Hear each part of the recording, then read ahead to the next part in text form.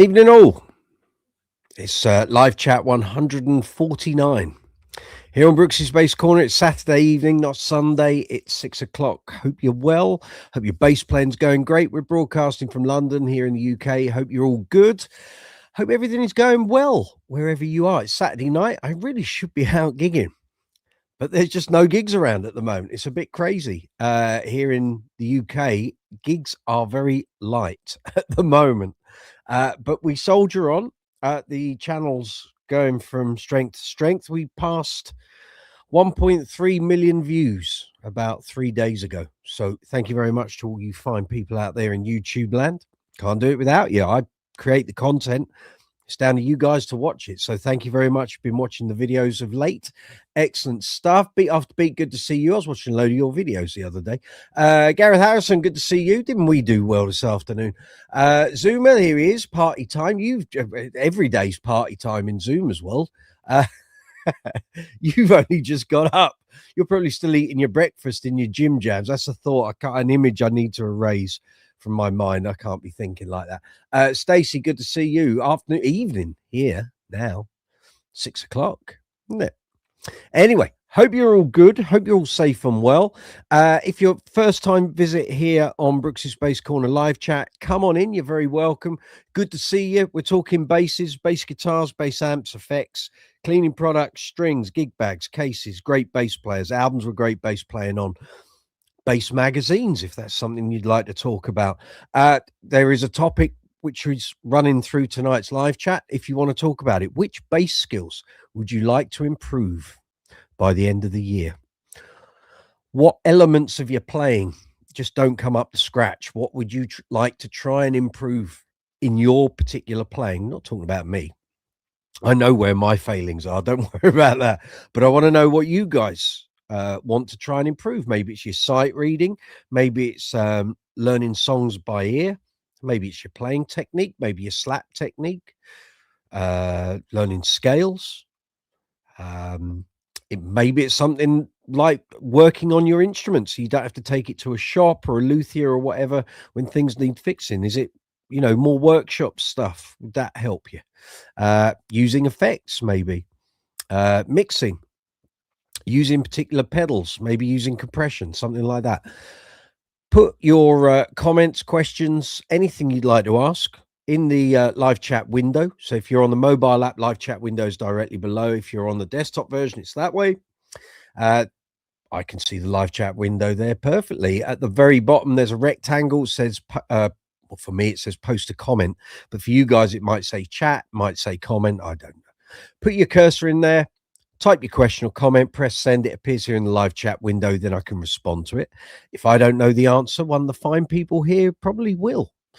So we'll try and help you as much as we can. That's the way this all works. Next to the chat box where you put your question and comment, you'll see an emoji icon. Feel free to give that an absolute pummeling, please. It helps to project the video, the live chat, and the channel through the YouTube algorithm. People go, how does that work? I don't know.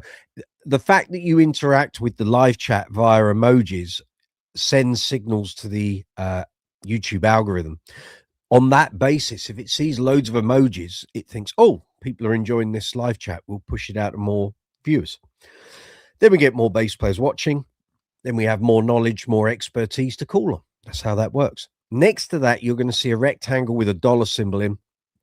That's called Super Chat, which exists when we're doing the live chats like this every Sunday, but today's a Saturday. Allows you to make a financial contribution to the channel if you wish to do so. You don't have to. The videos are free to watch. The live chats are free to get involved with.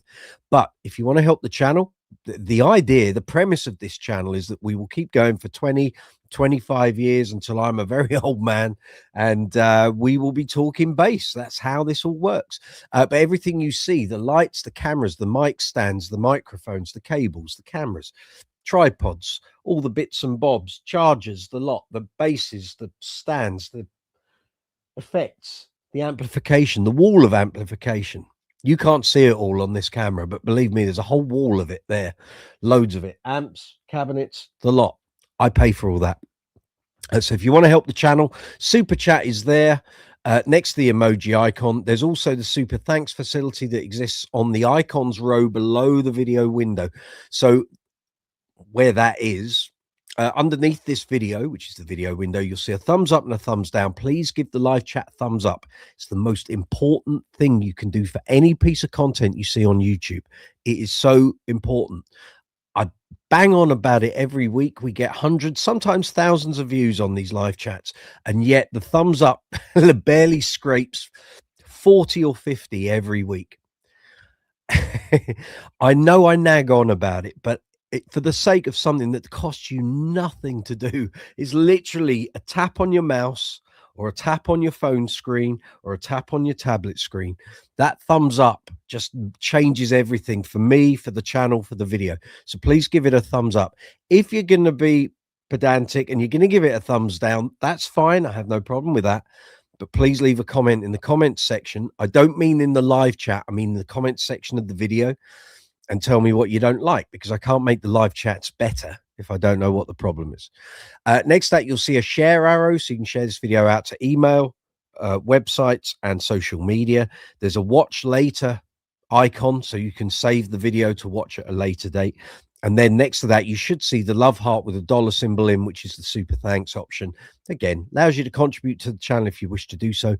You don't have to. The videos are free to watch. The channel is free to get involved with, but it helps me, helps the channel, helps the videos, pays for all the things you see, pays for the vidIQ subscription, all the bits and bobs, and getting the merchandise, so the caps and the t-shirts and all of that stuff. It all gets fed back into the channel. So it's not like I'm a share owner and I take all these huge payments out of the channel. There aren't huge payments to take out of the channel, but all the little donations, all the merch sales, the affiliate sales, all that stuff gets plowed back in. So better cameras, better audio interfaces, buying the gear that you see here on the videos, paying for the strings that go on the basses that are in the videos that you watch. So that's how all that works. Underneath the icons row, you will find a description box, and in there you're going to find timestamps. It won't be tomorrow because I'll be celebrating my mum's 70th birthday tomorrow. So it will be on Monday. I will do all the timestamps. They will be there, allows you to jump through the video, through all the different topics and questions that we talk about tonight. After that, you will find Brooks's Bass Corner merch links. So the caps, the hoodies, the mouse mats, t-shirts, leisure wear, cases, phone cases, iPad cases, mouse mats, the whole lot. We've got 170 items, currently 20% off on all Brooks's Bass Corner merch through Spreadshirt and Spreadshop. We have a UK and Europe store, and there's a US and worldwide store. So if there's anything that you've been holding off on, you thought, oh, I'd like to get some of Mike's merch, helps the channel. We get a kickback. We don't get the whole price of what you buy. We get a percentage. I don't print it. It's printed by Spreadshirt. But anyway, the links are in the description box. There's 15 different designs, 170 odd items. Check it out. There's just so much stuff on there. I can't tell you everything that's on there. It changes all the time anyway. There's 20% off until midnight tomorrow night. So if you're thinking of helping the channel or buying some merch, check it out in the description box right now. After that, you'll find affiliate links for the Bass Center here in the UK, Top Cashback and vidIQ. And after that, you'll find affiliate links for Thomann and Amazon. So if you've got any bass related purchases, maybe strings, maybe leads, pedals, cases, gig bags, a new bass, amplifier, combo, speaker cabinet, effects pedals, there are links there for Amazon and Thomann. The way all that works is if you go through with a purchase, pay for your product, it gets shipped to you. The channel gets a very small affiliate commission for selling that product. I've literally just provided you a link. Now, there is all sorts in those stores. So we have a Brooks's Bass Corner Amazon store, and there's a Brooks's Bass Corner Thomann store. In the Amazon store, you'll find there's t-shirts, there's books, there's albums, CDs, music DVDs, and all the bass stuff, everything. So like I say, if you're thinking about a new pedal or some strings or a gig bag or what have you, you can find those in the Brooks's Bass Corner Amazon store. And like I say, there's a Thomann version as well. Find the products, go through the sale. We then get an affiliate commission from those retailers. That's how it works. Helps to keep the channel moving. It how did I put it once? It lubricates the wheels of progress. That's pretty much it. So then after the affiliate links, you'll find social media links, and we're on Facebook, Instagram, Be Real, Reddit, Quora, Discord, and TikTok. Here we go. Right, into the comments. Let's see what we got here. Let's see who we've got here. Right, so we have beat after beat. We have Gareth Harrison. We have Zuma. We have lovely Stacey. There's everyone saying hello to each other. Zuma would like to improve his dumble thumbing, although you're never going to use it on a gig. I promise you. There are some players that do. I've heard people do it in covers bands, and the mix of the sound has been so bad. They've been doing the double thumbing, and it just sounded like a dirge. But if that's something you want to try and improve, then that's very good. Something, isn't it? Using your thumb like a pick. I know. How's that next Duran Duran video editing going on? Beat after beat, just put up some Culture Club and Duran Duran 10-second music videos. Very good, sir.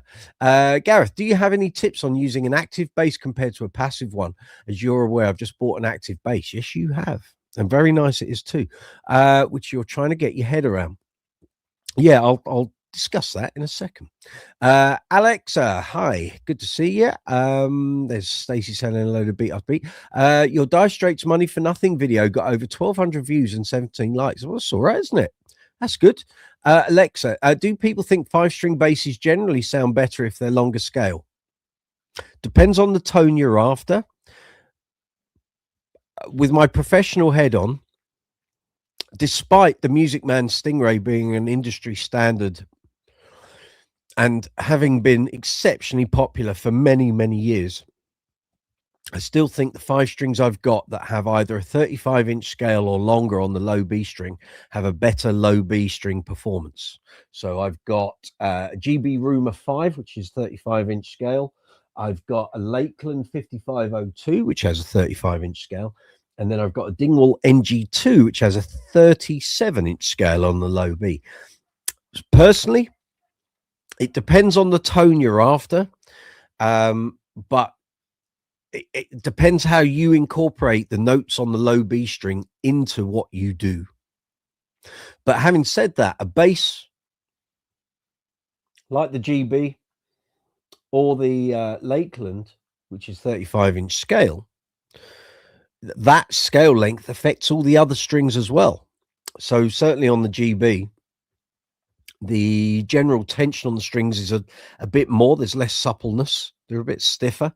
But I think it does improve the tone over the whole instrument. There's something to be said for a 35-inch scale in terms of what it does to the tone. But then there's also there's been that discussion for decades about having strings strung through the body of a bass rather than through a bridge, and that can increase the scale length. But it doesn't. What it does is it increases the speaking length of the string. It's not increasing the scale length, it's the speaking length. The scale length only applies from the point the string passes over the saddle to the point it passes through the nut. Yeah. So if you are stringing strings through the body, and many Lakeland owners had problems stringing low B strings through the body rather than through the bridge and getting a string that was long enough. It was a real problem about 20, 30 years ago. That string scale length is still only from the point it passes over the bridge and passes through the nut. Nothing to do with the anchoring point at the machine heads and the anchoring point of the string at the back of the body. Although I have had basses which have the same model by a manufacturer and had the string strung through the bridge, and then another model with the string strung through the body. I couldn't hear any difference. Call me old-fashioned, but I couldn't physically hear any difference. If I'd been able to wire it up to an oscilloscope and check the frequencies, you might have seen something on the screen, but to my ears, I couldn't hear any difference. Same brand of strings, same string gauge, I didn't hear any difference. Some people say the through body stringing is to improve how the string feels to the player. Maybe. I didn't notice too much difference, to be brutally honest, but there we go. But it does depend on the tone you want from your bass. But also, if you're not particularly long-armed, for example, if you're not Mr. Tickle, then having a 35-inch scale length or longer on your bass might not physically work for you.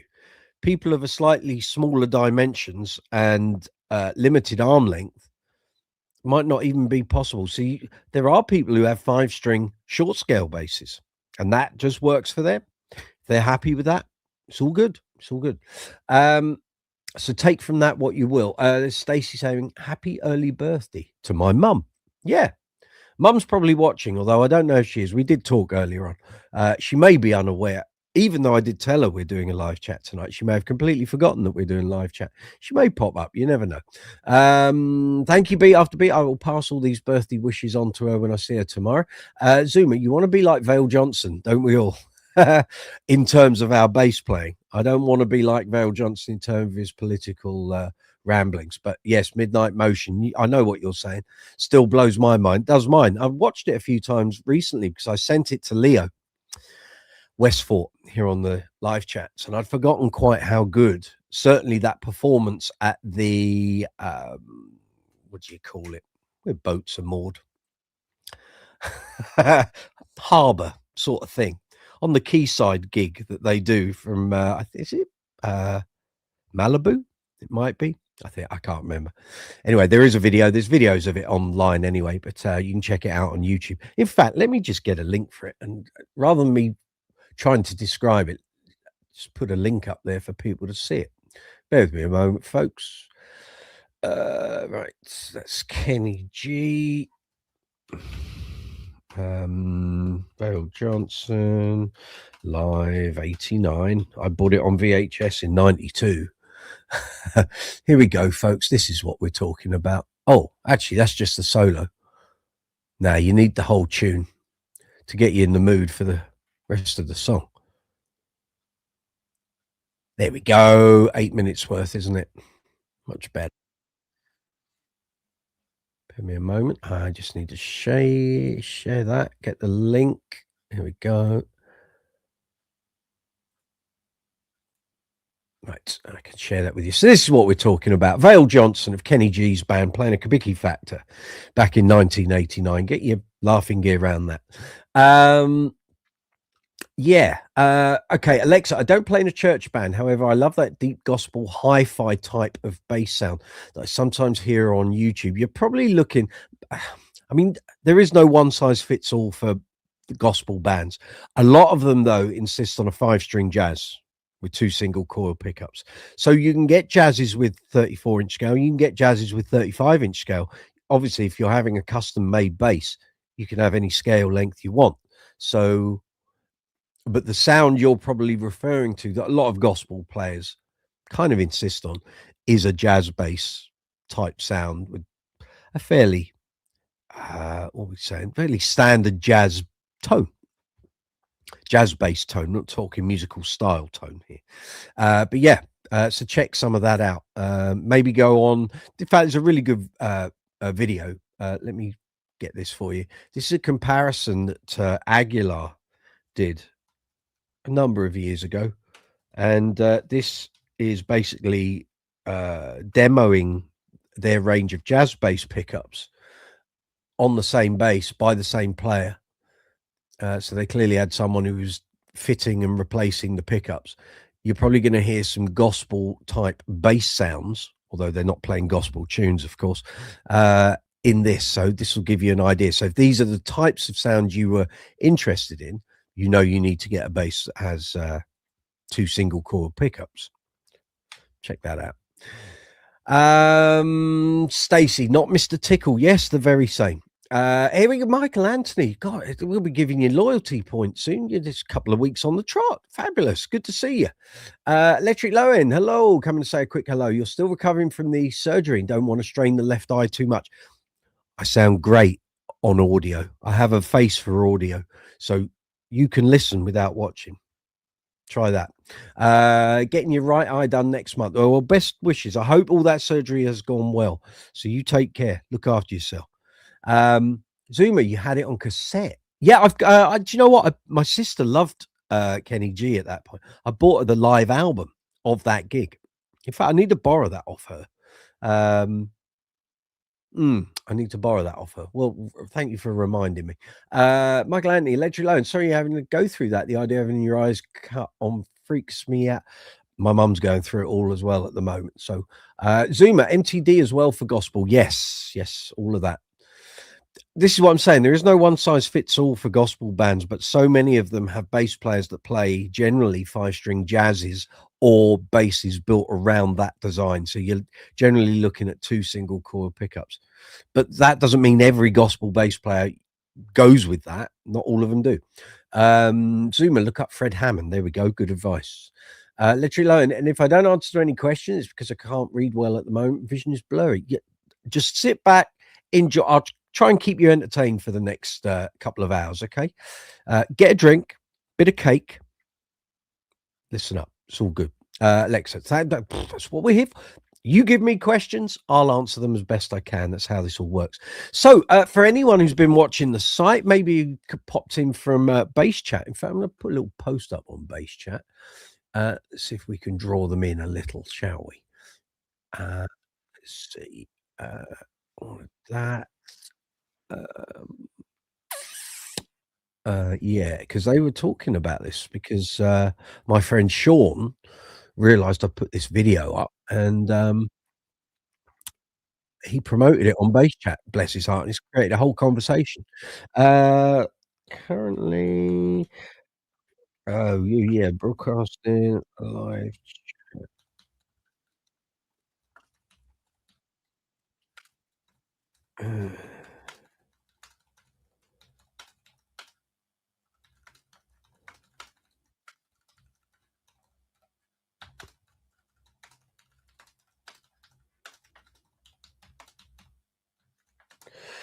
Let's put that in.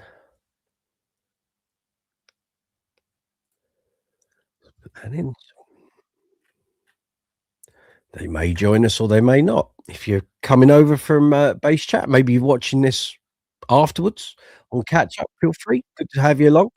Feel free to post in questions, comments, what have you. The only thing we don't do, politics, religion. If you come on to the live chat, whether it's on vertical mode or horizontal mode, and you're rude, sweary, aggressive, or want to be a bully, you're gone. You don't get more than one comment. So that's the rules here. And we run a tight ship. Leslie Mason, good to see you. Looking at improving your movement and understanding the movement around the fretboard. Okay, generally need to improve your dexterity. Any cheat codes or ideas? Yes, lots, lots. They don't always work, and generally, what happens is if you don't incorporate them into regular practice, you can learn them and then forget them, and that's generally what happens. And then a year later, you think, "Hang on, I did that." And I seem to be back where I was a year ago. A lot of the stuff, a lot of the theory stuff, a lot of the motor, you know, thinking in your brain, that's what I need my hands to do. You have to keep refreshing it. You have to keep going over it. It's like anything. It's like being at school and learning a subject when you're at school. You can read something and think, "Yeah, right, okay, I understand that." 6 months later, you get asked a question about it and you can't remember it.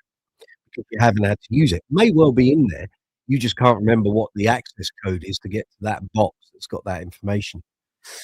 So, improving your movement understanding and movement around the fretboard, generally to improve dexterity. There's that old exercise which never kind of fails, which is pick a note on the fingerboard and play every instance of it. And a really good test, you play it without a metronome or a rhythm box or whatever. Just play it and think, "Right, okay, so if I'm gonna play an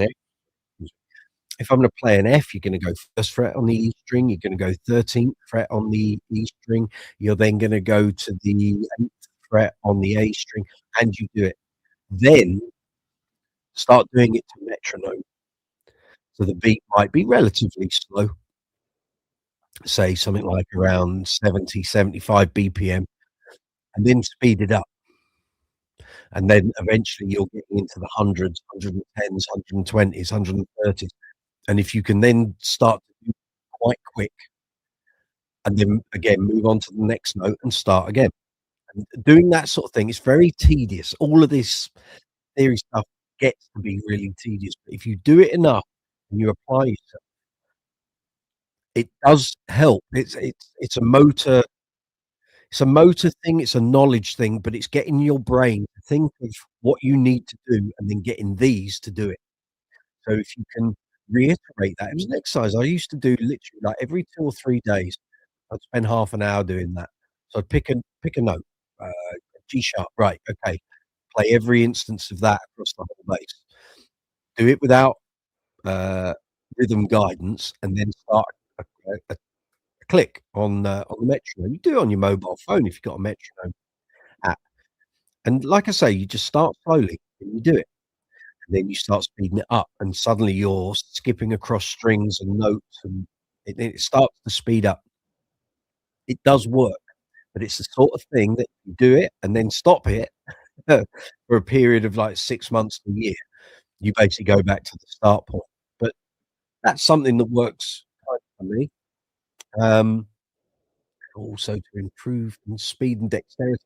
Do you know what actually trips a lot of players up when it comes to moving across strings is actually their playing hand, position.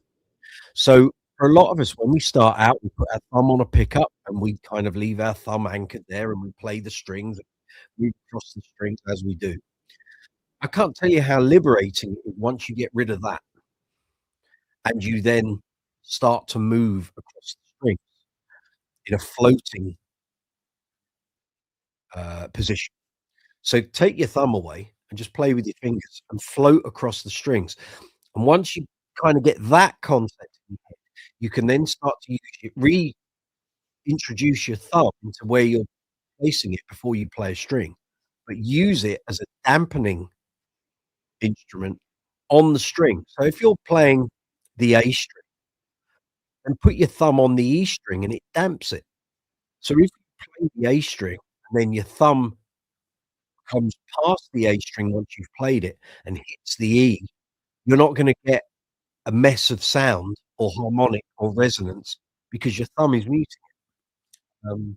Trying to think if I could bass and get a bass that high, I probably can't. But the concept is as you move across the strings, you move your thumb, so you're not anchored on the top of a pickup.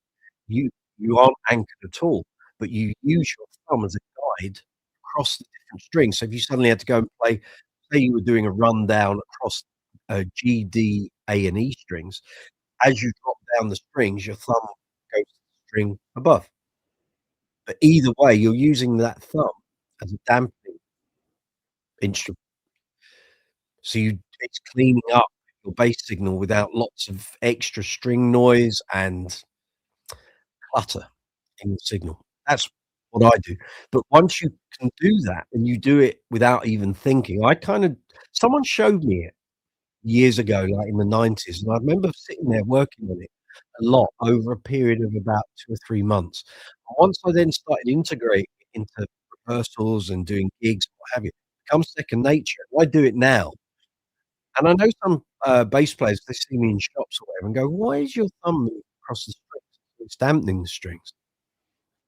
I'm not anchored. I and also not anchoring your thumb stops you creating strain injuries across your hands and your fingers because you don't have that long reach because you're trying to accommodate your thumb being anchored on the pickup. You move it across the strings, you find you get less fatigue in your hands because you don't have these long stretches, especially if you're playing like 5 or a 6. You see these players anchor their thumb and literally their hand is doing that all the time. Great for the fingers and the joints, but, if you move the thumb across, like I say, use it to dampen the string above the one you're playing. Kind of works. Works for me. Try it. If you watch any of the demo or review videos when I'm playing, you'll see me do it. My thumb is sort of constantly moving across the strings, and yeah, works for me anyway. Thank you for that suggestion, Leslie. I will incorporate that possibly into some, videos here on the channel about how to improve, fretboard understanding and movement. Good one. If you want to ask me anything on what I've just said, feel free. Zuma, specifically, I Want My Destiny by Fred Hammond. About gospel players. Fabulous bass tone. Gotcha.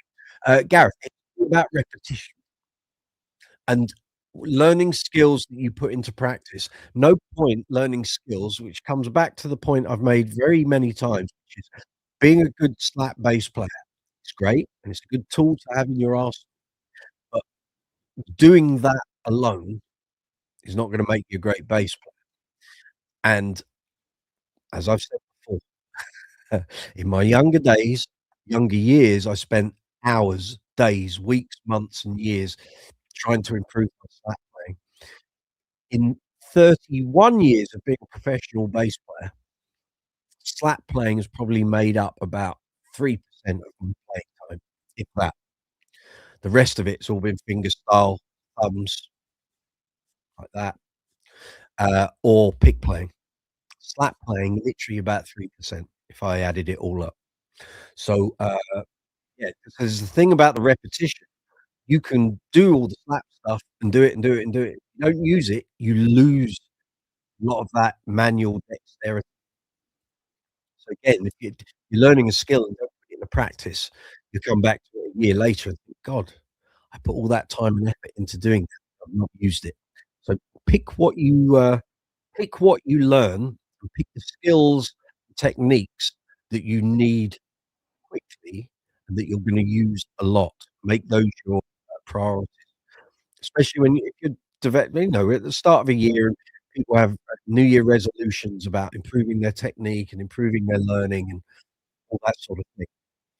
That's great, very honourable, but when you're sitting there creating your list of things you want to improve, address what if you're a working bass player especially, uh, address what is coming up in your diary for the next 6 months and work on that because that's the stuff before you know it, it's there in front of you. So while you have the time now in the quiet months, think my sight reading's not great, or my pick playing isn't great, or maybe I could improve the consistency of volume and tone when I'm playing fingerstyle. Trying to get an equal volume no matter which string you're using. Those are all things you can work on now while, gigs are quiet, people aren't so busy, you haven't got the frantic nature of what it's like during the summer and at Christmas when gigs are just flying at you left, right, and centre. While you haven't got if you haven't got a lot to work on at the moment, those are the things I certainly would work on. It's like before this live chat, I pulled a bass out of the gig bag. I haven't played a bass probably for about 2 weeks, and, I thought, "You know what? I wanna sit, I just wanna play," and I'm watching the TV. I don't have an amp, I'm not plugged into anything, and I'm just playing. I'm just getting physicality back in the fingers, building the calluses back up 'cause they're starting to go. So just playing, and, you suddenly realise, "Oh, I've lost. Hmm, doing 16th notes. Is that quite am I on it?" You're not sure. So all those sort of things are the things you should work on in the quiet months. Gareth, when you learn something, repeat it using a circle of fifths. That's not a bad that's a that's a good shout. Michael Anthony, great tool for learning the fretboard. Phil de Hove invented a brilliant app. How has he got on with that? Last time I checked in on that, would have been October, November time. He had some there were constant issues. He was constantly tweaking it. Is it up and running now? Note finder, it randomly shows a note, and if you play the correct note, you get a point, and it then moves on to the next one. What we were talking about. I used it last night for about 30 minutes. I apply it to specific areas of the neck. Excellent. Have you got a oh, you can't send me a link. Email me a link, ripsyspacecorn@gmail.com. I'll post it up on the live chat. Leslie, for some strange reason, I've never anchored my thumb. Well, that's a very good habit. Don't anchor the thumb, and if you're already doing what I'm discussing there in terms of the floating thumb, then that's fabulous. 2, which is super important, folks, taming that extraneous noise is key. Mm. Amazing how many people don't even think about it, and then they hear players, not necessarily session players, but people who have to, for whatever reason, the projects they work on, have to have a very clean, refined usable bass signal, and they'll suddenly go, "Oh, I don't sound like that. I've got string noise and fingers moving across the strings and da da da da da." and like extra resonance coming off the strings, and you know, I didn't know about the floating thumb? Ah, floating thumb technique until someone showed me it, and I suddenly thought, "Oh, I need that." And I worked on it. I did it constantly, and then, like I say, this is 97, 98, 99. I worked on it. Every time we were in rehearsal, I'd make sure I'd cover my thumb up and I just played my fingers. And then as I got used to that, I'd then incorporate my thumb to move across the strings instead of anchoring it. 'Cause I used to got very lazy. I used to anchor it on a Kabiki pickup and then on a Stingray pickup, which was you had 2 screws, top and one down near the G string, and on the E string on that pickup, you could put your thumb right slap bang between the 2 screws. Many an old, Stingray with a worn out pickup casing where people used to anchor their thumbs. But, there's like also a little scared of a 5 string. Don't be scared of these things. There's no reason. There's a reason called low B string a thumb rest, because for a lot of people who have played 5 strings before, okay, that extra string seems a bit daunting. But once you get used you realise, actually, I can learn D here, the D on the A string. It becomes second nature. It's a practice. All these things, it's practice. So if you spend 3, 4, 5, 6, 7, 8 at home, not gigging a 5 string, you're gonna get it under your hands. When you come to do the gig, all bets are off. You need to know how to use that low B. So you can either use it as a very expensive thumb or done your homework, you'll instantly be going, "Right, there's an E string, 5th fret, that E note on the 5th fret of the low B. There's a D on the 3rd fret, there's a C, 1st fret, the last note on that string is an open B."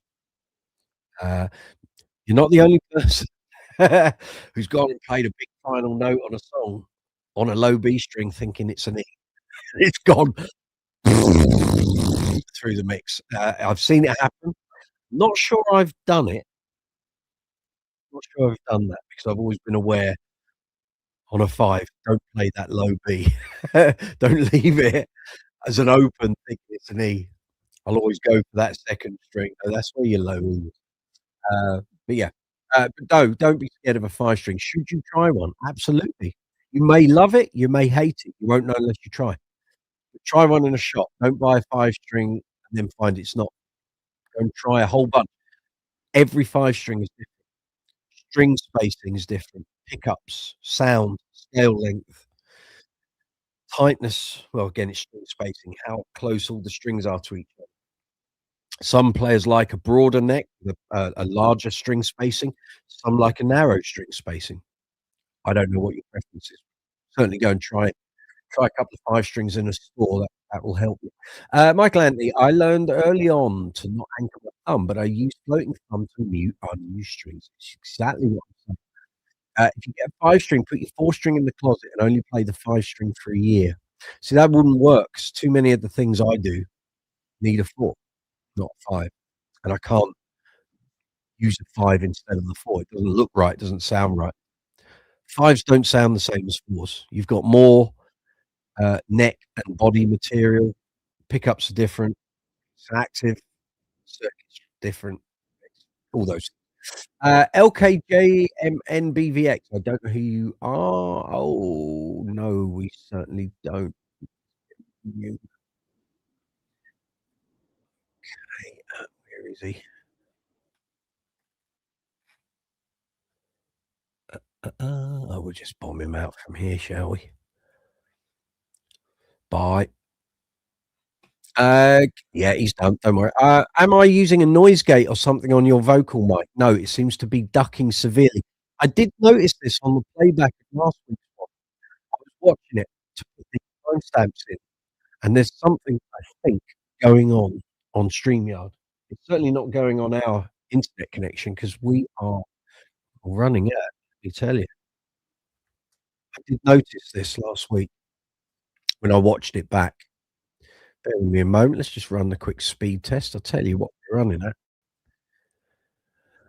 So we're downloading at when it fires in, there we go. We are downloading at, well, we should be paying 900 meg, and we're getting 3 edging up 400, close to 500,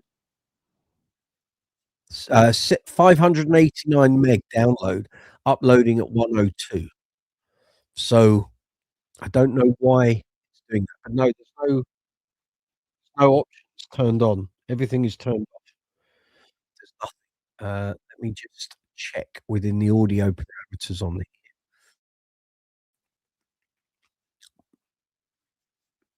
let's go into settings. Let me just check.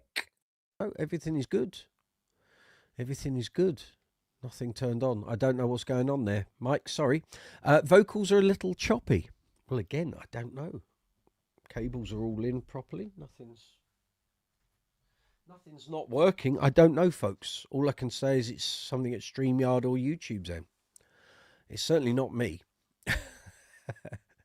Yeah, no, he's already gone. Don't worry about him, Michael Anthony. He's gone. Breaking up, I don't know. Most of the people you've seen locally use it as a thumb rest. There you go. You see, people get into this idea that they have to play 5-string. You don't. I rarely play 5-string. I've got 4 of them here in case I need them, but generally I don't use them. 4 is my preference, and the bulk of the work I do, 4-string is perfectly adequate, to be fair. So even in the disco band, which you would think would be totally suited to a 5-string, I don't use 5-string. The keyboard player does a load of low stuff, and there are some low bass parts on track when they're really sort of super sub synthy things. So yeah. Lewis, good to see you. Welcome. We SK3178. Hey, good to see you. I don't know who you are, but you're very welcome. We're talking bass guitars, bass amps, bass effects, great bass players, bass strings, cases, gig bags, cleaning stuff. Anything to do with bass guitars, you're in the right place, my friend. Lewis Wingrove, new pedal day. Are there any you don't have? I just got a Source Audio. Now we're talking. Fractal Lo-Fi Glitch. I don't know that pedal. Is that what? Which Source Audio? Which Source Audio pedal? Crestfallen Kitty. Hey, welcome. Sounds fine for you. I don't know what's going on. I don't know. Leslie, I remember seeing Jerry Barnes from yep. Get on stage in a jam in Kensington pizza restaurant. Actually, take the B string off of the house bass player's sire bass, so it's not just you. No, that's fair. Jerry's great. Bless him. Michael Anthony, congratulations on Source Audio Fractal. I've not seen the Fractal. Let's check this out. I'm a big fan of Source Audio. Is it a new pedal? Have I missed out on a release? I'll know as soon as I see it.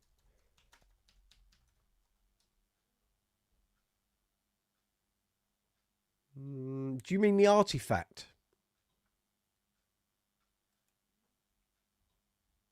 I can't see her. Do you mean the Artifact? Is that what you're talking about? Leslie, do you find it difficult change between 4 and 5? No? I just put in a little bit of practice. If I know I'm going to be using it, I'll run the set with it as much as I can. But no, if I had to do a gig, someone called me now and said, Mike, need you in the centre of London, 2 hours, can you bring a 5-string? I'll just take it and play it. No. I haven't used a 5-string on a gig. Good Lord. And now we're asking. Probably for about 2.5 years, maybe. I was trying to incorporate it into the Decades Dance Show, and then it became clear that we didn't really need it. And it was just a case of bringing it along for vanity rather than actually useful. But no, I don't find it difficult to change between them, generally. Lewis, it was a better choice than the Warwick Audio Fable. Lewis, yes, the Artifact, thank you. Okay. Very good. Yes, a very clever pedal. I was trying to see if there was a way I could make use of one, and I don't think there is, but if you can, you go for it. But all the Source Audio stuff, love it. Absolutely love it. I've got about 6, hang on, might be 7 now.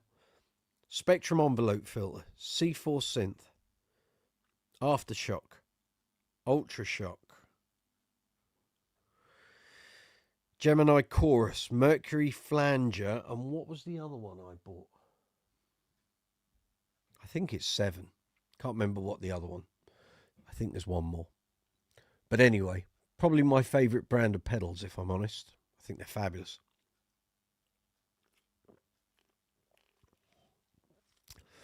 And definitely connect it up to your PC, laptop, Mac, whatever you use, and get into the guts of it and see how all the different settings change. And you can download other players' profiles as well. Outstanding stuff. I love it. I love it. I wish I'd got into Source Audio a lot earlier. Would have made things a lot easier.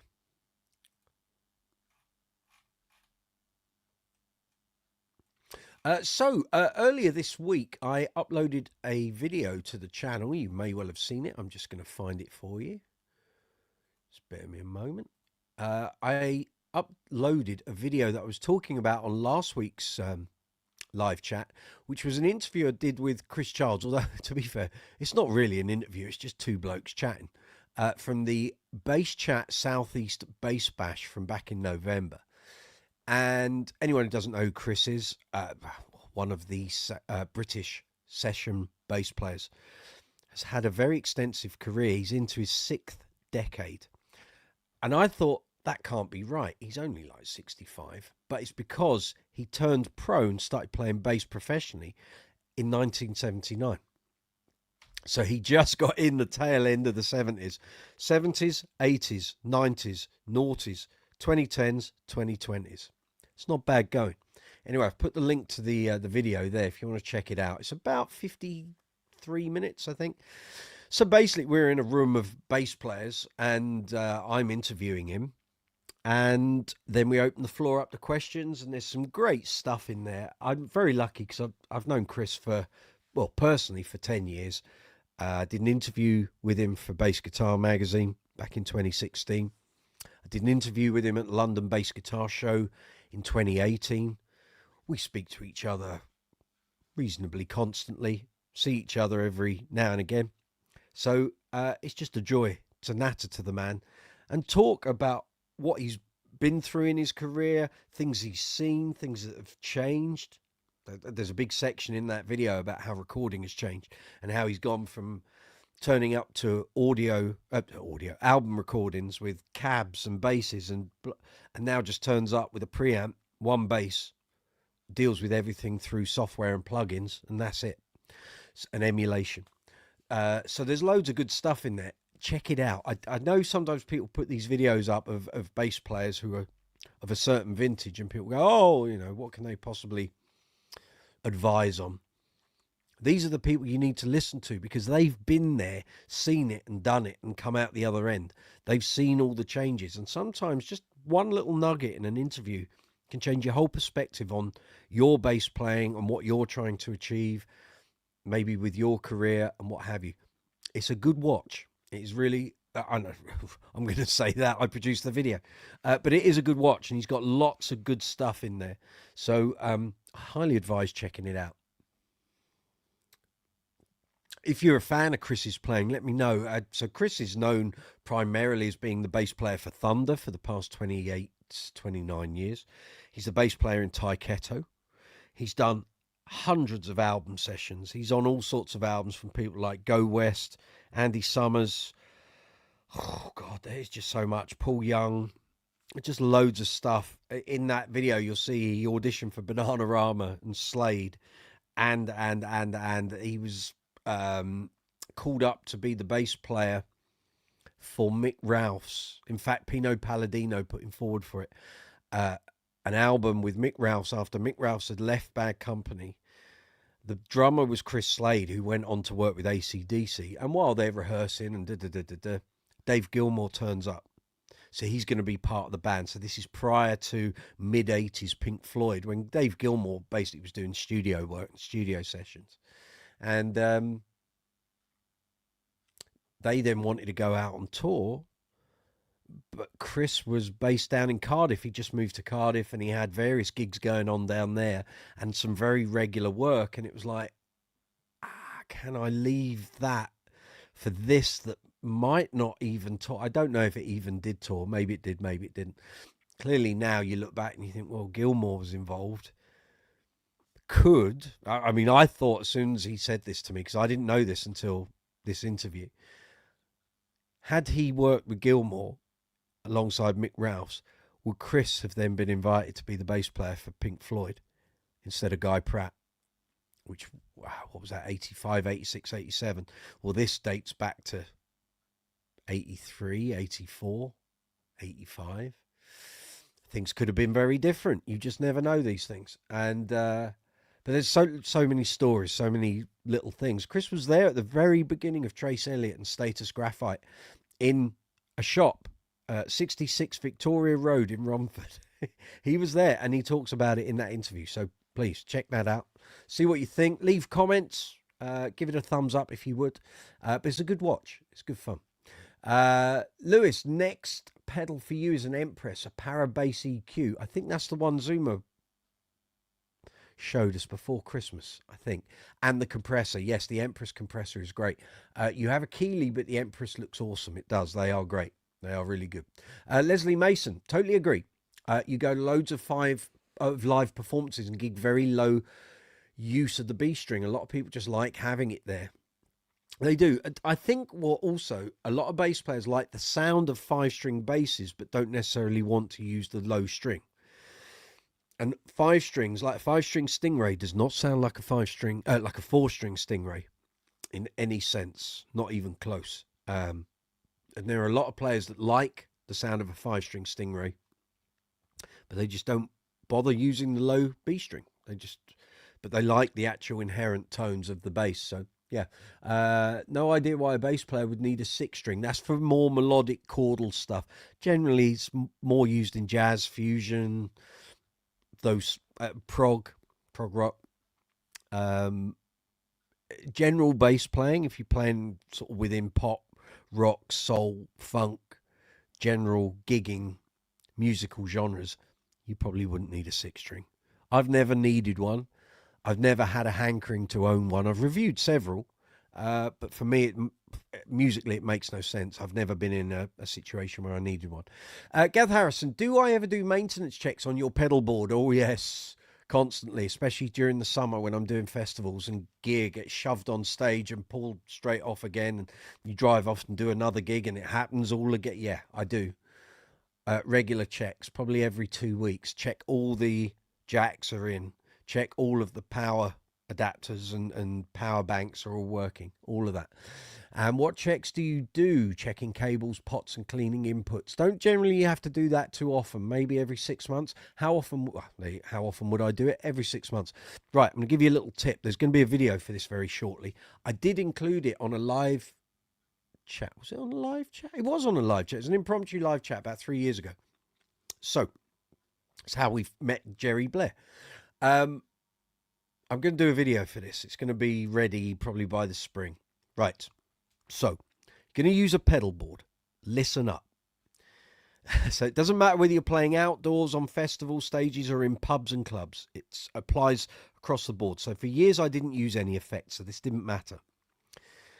And about 3 or 4 years ago, we were on festivals and it was bucketing down, and I was looking at my pedals going, they're going to get soaked, aren't they? And I might get electrocuted. This ain't great, not even close. And I was thinking to myself, when I used to be in Cover Story, I'm sure Steve came up with a fail-safe method of keeping his pedals safe, dry, and away from getting soaked, whether it was some drunkard tipping his beer over the pedals at the front of a gig, or if it was playing outdoors. And I couldn't remember what did we do? Did he buy something? Did he buy like a cover? And I racked my brains for ages. I couldn't remember. And about 2 days after this gig, when my pedals did get drenched, but I didn't get electrocuted, I was walking through Costco. And I got to the bit where they have the catering and home stuff and kitchen stuff. And I passed the aisle with all the foil and the baking parchment, and there was a whole pile of cling film. And I looked at it, and suddenly I got the eureka bell in my head. It was like, ding! That's what we did. Steve went to the supermarket, and we bought a roll of cling film, and we wrapped his pedal board in the cling film. Now, you then got two options once it's wrapped. You can either push the stomp button on your pedal through the cling film, or most cling films got some go in it.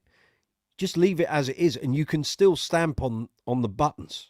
Depends on the pedals, you know. If it's a Boss, it that's different to there being a metal stomp button. But anyway, you can work it out for yourself.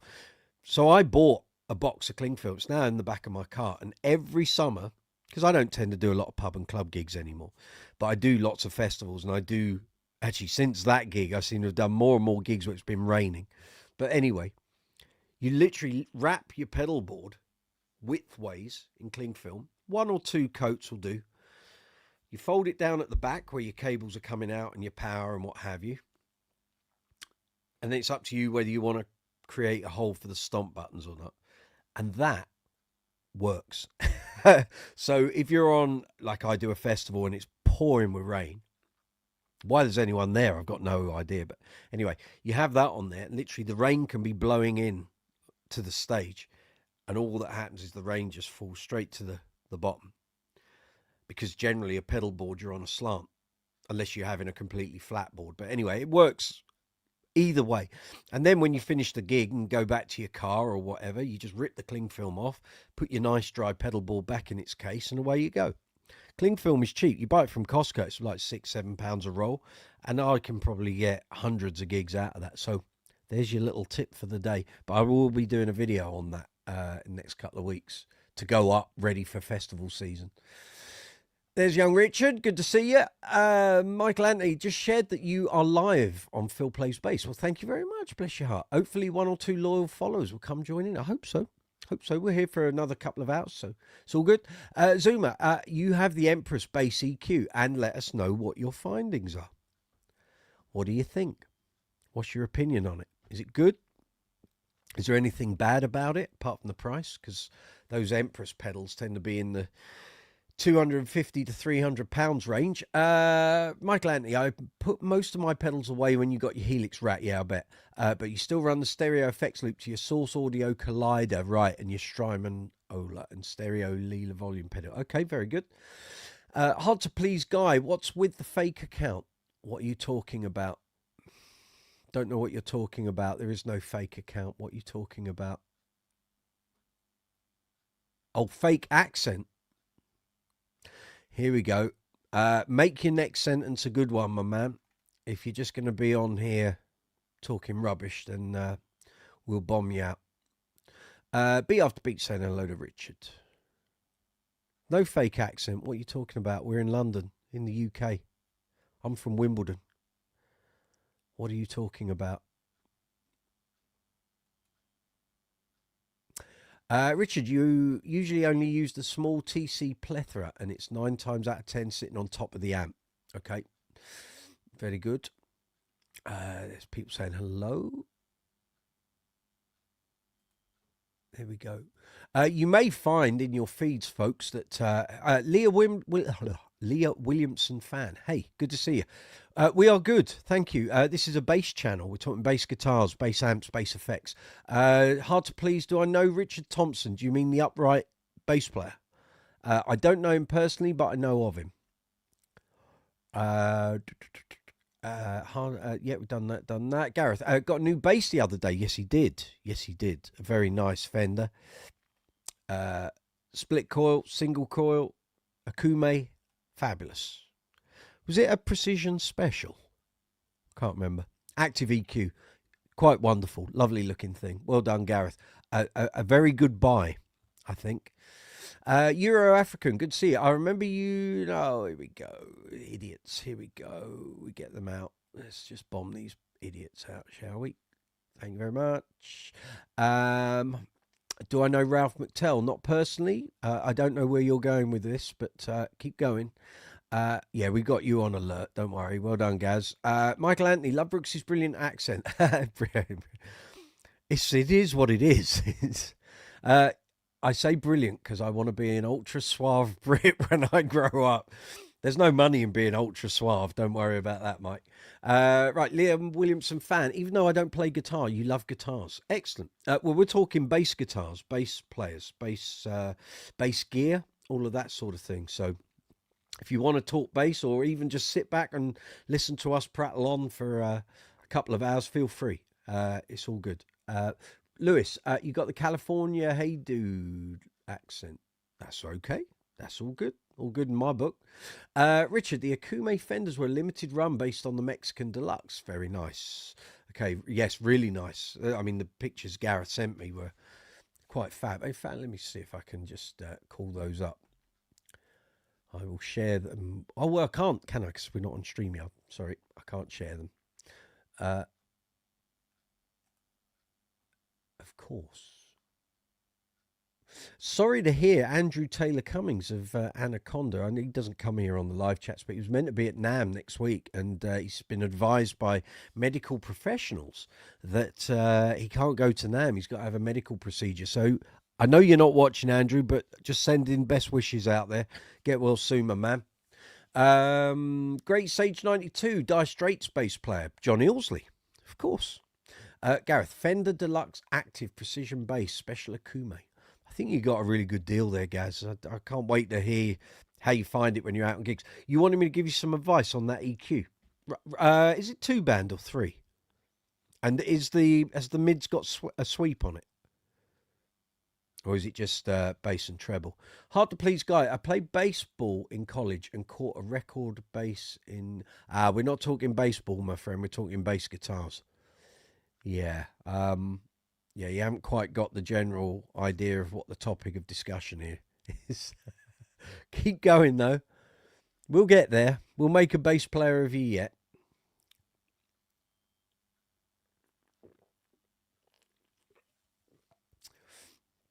Yes, Gaz, remind me, what's the EQ on that bass?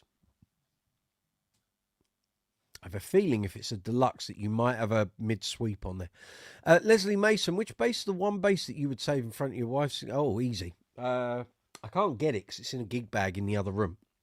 Or is it? Actually, is it? Is it? Yeah, it is. My two most used basses are... Oh, I can get one of them. Hold on.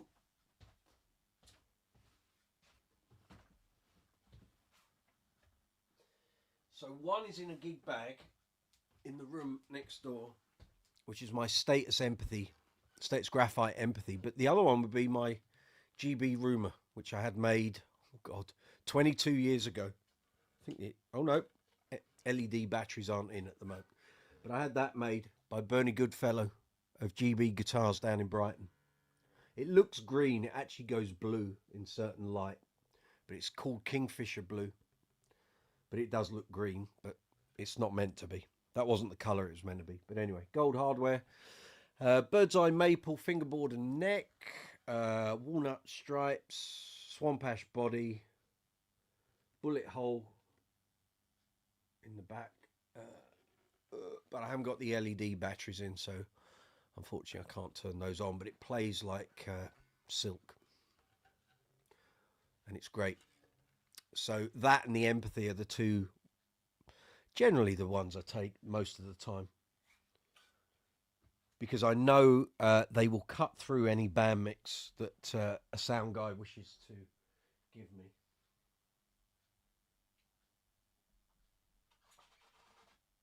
And they fit great. They balance great. Easy to play. And I have no issues with them. But yeah, what about you, Leslie? What would you, what's the bass you would save in a fire? Hard to please guy. How many basses do I have? Many. Many. Approaching 50. Richard, no sweepable mid, but they are 3-band. Best setting is mids in the middle and just a touch of additional bass and treble. That's how I run your Jazz Elite. Okay, there you go. Hard to please, teal. Yeah, it was meant to be teal. There was actually a photo of a Sadowski that was more blue than green. I said to Bernie, that's the colour I want. He said, yeah, no problem. And then I got a call to say, oh, bass has been sprayed. Do you want to come and check it? And I went and checked it, and it was royal blue. Royal blue. And I had to say, sorry, that's not the colour I asked for. I wanted like a teal kind of aqua colour. He said, yeah, but it looks great in royal blue, doesn't it? I said, it does look great, but that's not the colour I want. So it needs to go back and get redone, which it did. And that's the colour it ended up. But like I say, in certain sunlight, if I put that on a stage and there's sunlight blaring in, it goes aqua blue. It's quite a weird paint job, but it's great. Looks great. Gareth, 3-band MIDI Q, no sweep. Okay, that's okay. Leslie Mason, Michael Anthony, great question. I would have to grab your Lakeland 5502 and your 4402. There you go. They're great basses, especially for the money. Leslie Mason, why is that 36 volts? It's not. It's an 18 volt circuit, and then there are two 9-volt batteries for 2 sets of LEDs. One in the front of the neck and one for the LEDs in the manufacturer's logo that's in the headstock. So it takes 4 batteries. Hard to please guy, I have 83 instruments, mostly guitars, but no bass. There's the issue. You need to get some basses, my man. Narendra, Ham High Chat Praji Key Boss.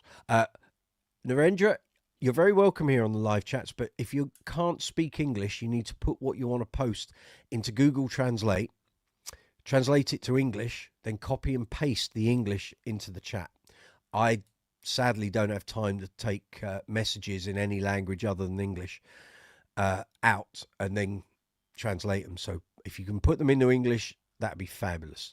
Hard to please guy, what's the oldest bass made? I don't know. How long's a bit of string? You tell me. Answers on a postcard, please, if that would be okay. Right, just quickly going to check the stream health. Keep the questions coming, folks. We've got 2 new subscribers since we started the live chat. Very welcome. Come on in. If you're new to the channel, I hope you find some bass content here that you enjoy, that works for you. There's over 1,000 videos here on the channel, so feel free to take a look inside, see what there is. If you're looking for something specific, let me know. And if I've already got a video on either a bass or an amp or a pedal or a particular bass player, I'll send you the link. And if you want to check it out, it's all good. Let's just check that. So that should be up and running, and it is. So that's good. So that's all working, and stream health is excellent. There we go. Super stuff.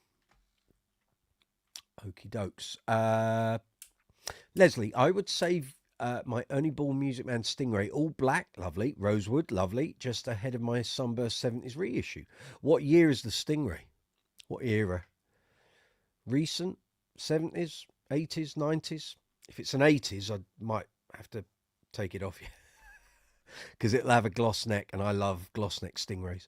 And they've stopped doing them back in like 92, I think, 93. Indeed, 317, good to see you. We saw you last week, didn't we? Come through from Phil DeHov's Discord.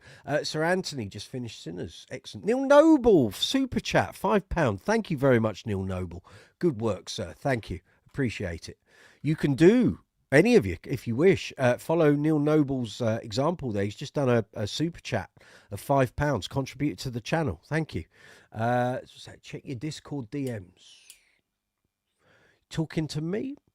I haven't checked in on Discord in a little while. Sorry. I'll do that another time. I'll do that actually next week. I've got to go around all the different platforms and update all the information for the channel. Lewis, you're eyeballing a Fender in metallic green finish, $1,000 price. It's cheap compared to the cost of your Dingwall. Yeah, well, I'm assuming that's second hand. I'm not assuming that's a new price. Or is it? I don't know. What's the model? Neil Noble, you've learned a new bass today. Excellent. Yamaha, you mean you've bought one or you've just learned about them? Yamaha TRB 4P. Excellent basses. You've learned a new bass. Do you mean you've learned about a new bass or you've bought one and you're playing Leslie Mason, 2015 Stingray. That's very fine. I believe I kiss it every night. I'm sure you do. And what about the Stingray? Boom, boom. I'm here all week. Thank you. 10 points for play. Michael Anthony, Nate. Okay, now I can put a name to the handle. You Saw Sinners, incredible music movie. There we go. Actually, I was going to make the title of tonight's live chat. This morning, I was thinking, God, there are some good soundtracks. I had the Rocky IV soundtrack come up on my phone. Forgotten. In fact, no, I hadn't. I'm telling lies. I hadn't forgotten how good that is. I just hadn't listened to it in a very long time. The Rocky IV soundtrack is fabulous. And my brain suddenly went, yeah, you've got loads of soundtracks on your music player here on my desktop of CDs that I've bought over the years and what have you. There are some seriously great film soundtracks, but funnily, a lot of the best ones came in the 80s. And I suddenly thought back, well, what was the first really good film soundtrack? I will happily throw into the hat that I think the very first popular soundtrack that was, I don't want to say it was the reason the film did so well, but in this case, I think it could well have been, would be Saturday Night Fever.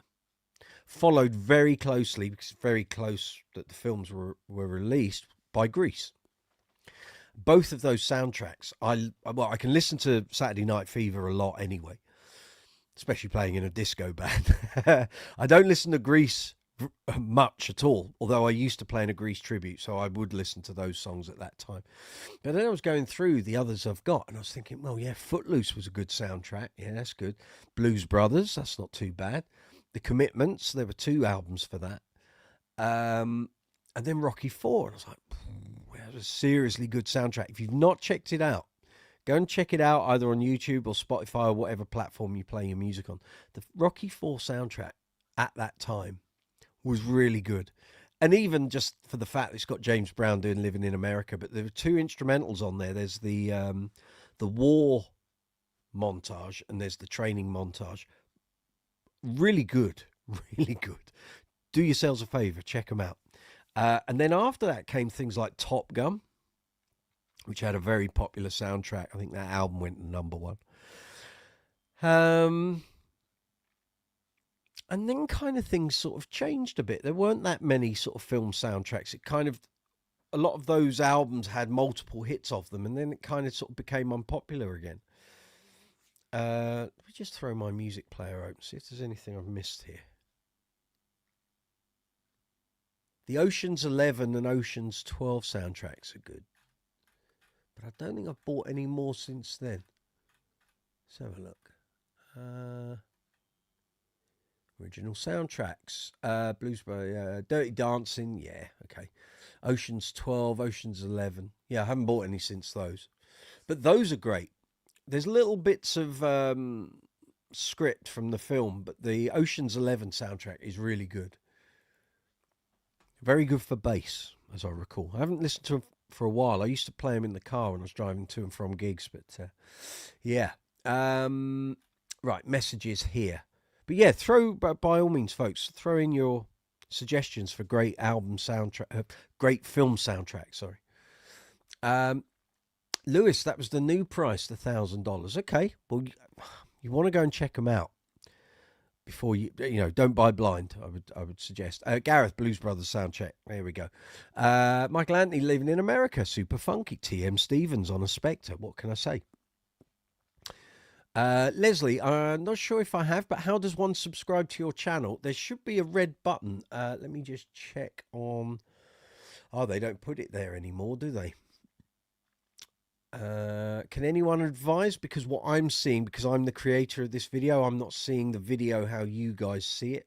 So if anyone can advise Leslie on how to subscribe to the channel, feel free to stick that in the live chat, please.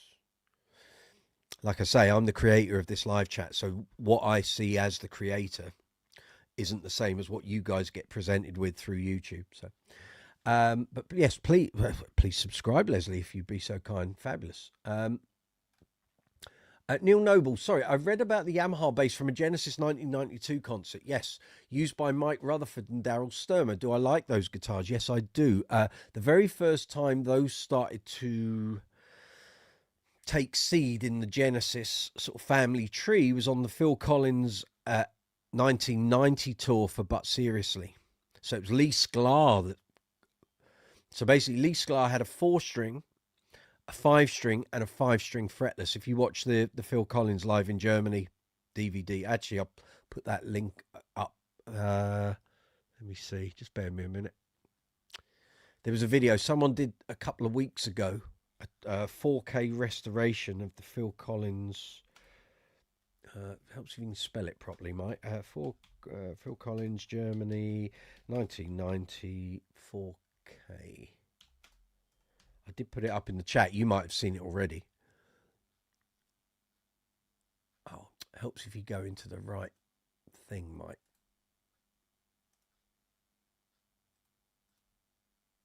Bear with me a moment. So you can see Lee using all three of those basses.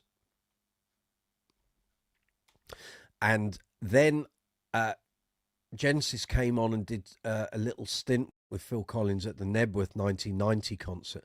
And clearly Lee Sklar gets on very well with Mike Rutherford. And obviously Daryl Sturmer is in the same band, or same bands, plural. So there was obviously a conversation. Clearly Mike Rutherford liked what he heard, got in touch with Yamaha, and he started using 4-string TRB basses. So anyway, that video's there. If you want to see and hear how Lee Sklar puts those through their paces, there you go. Lewis, player 2 series Fender. Right, got you, PJ. Yeah, I would say go and play 1 or 2 if you can, Lewis. Don't buy blind. Michael Anthony, Phil DeHove is rehearsing to be in that Celine Dion tribute. Yes, you said. Appears to be a fairly big production. Good for him. Perfect man for the job. Gareth, you're throwing in the Bodyguard soundtrack. That was a big seller. Yes, indeed. Lewis, 1.1K for that Fender. Okay. Michael Anthony, I like the soundtrack to Scott Pilgrim versus the World. Not heard that. Gareth Hassan, more recently, Guardians of the Galaxy. Okay, noted. Richard Fitton Perkins, agreed, Gareth. Blues Brothers soundtrack is about as good as it gets. There we go. Obviously, with the fantabulous Donald Duck Dunn on bass. Richard Fitton Perkins, subscribe button is usually next to the thumbs up, thumbs down button on YouTube. Yeah, I think they've moved it. I'm not sure if it's still there. Martin Bix, good to see you. David Holmes was behind the Ocean's 11 and 12 soundtracks. Yes, he was. Both great. Also did the Out of Sight soundtrack, which was excellent. Okay. Michael Anthony, speaking to T.M. Stevens, loved his work on Steve Vai's album Sex and Religion. He's also very good on the Billy Joel River of Dreams album, amongst others. Richard, if you can't see the button, Leslie, it means you're already subscribed. Oh, there we go. Harley Quinn 1. Can I Sing Neon by John Mayer? No, we don't do, this isn't a performance channel, sadly. Siraj, what happened with King Baba in BBL? Makes no sense. I don't know what you're talking. It just sounds like gibberish. Leslie, apparently you're subscribed. There you go. There you go. You see, you'd already done it. Martin, you mentioned in the Lee Sklar Immediate Family film being on Prime. Yeah, in the last stream. Yeah, watched it this week. It was great. There you go. Got a lovely. Exactly. Fabulous man. He has been here on the channel. if you are unaware of this fact, he joined us for about 40 minutes on a live chat last July, on the very first one that we did in the vertical format. He joined us. I saw the day before on his channel. He said, "Oh, tomorrow I've got a day off, and I'm going to do a hang on his webcast thing that he does." And I went, "Oh, all right." So I sent him an email. I said, "You don't want to pop on our live chat if you got 5 minutes, would you?" And I didn't hear anything. Gave him the link, and we were in the middle of the live chat, and he appeared on the screen. I was like, "Oh my God, okay." And he joined us, and he sat and had a chat with us for about 40 minutes. So that is out there. I can't remember the exact live chat that was. Let me just have a look. See if I can find it.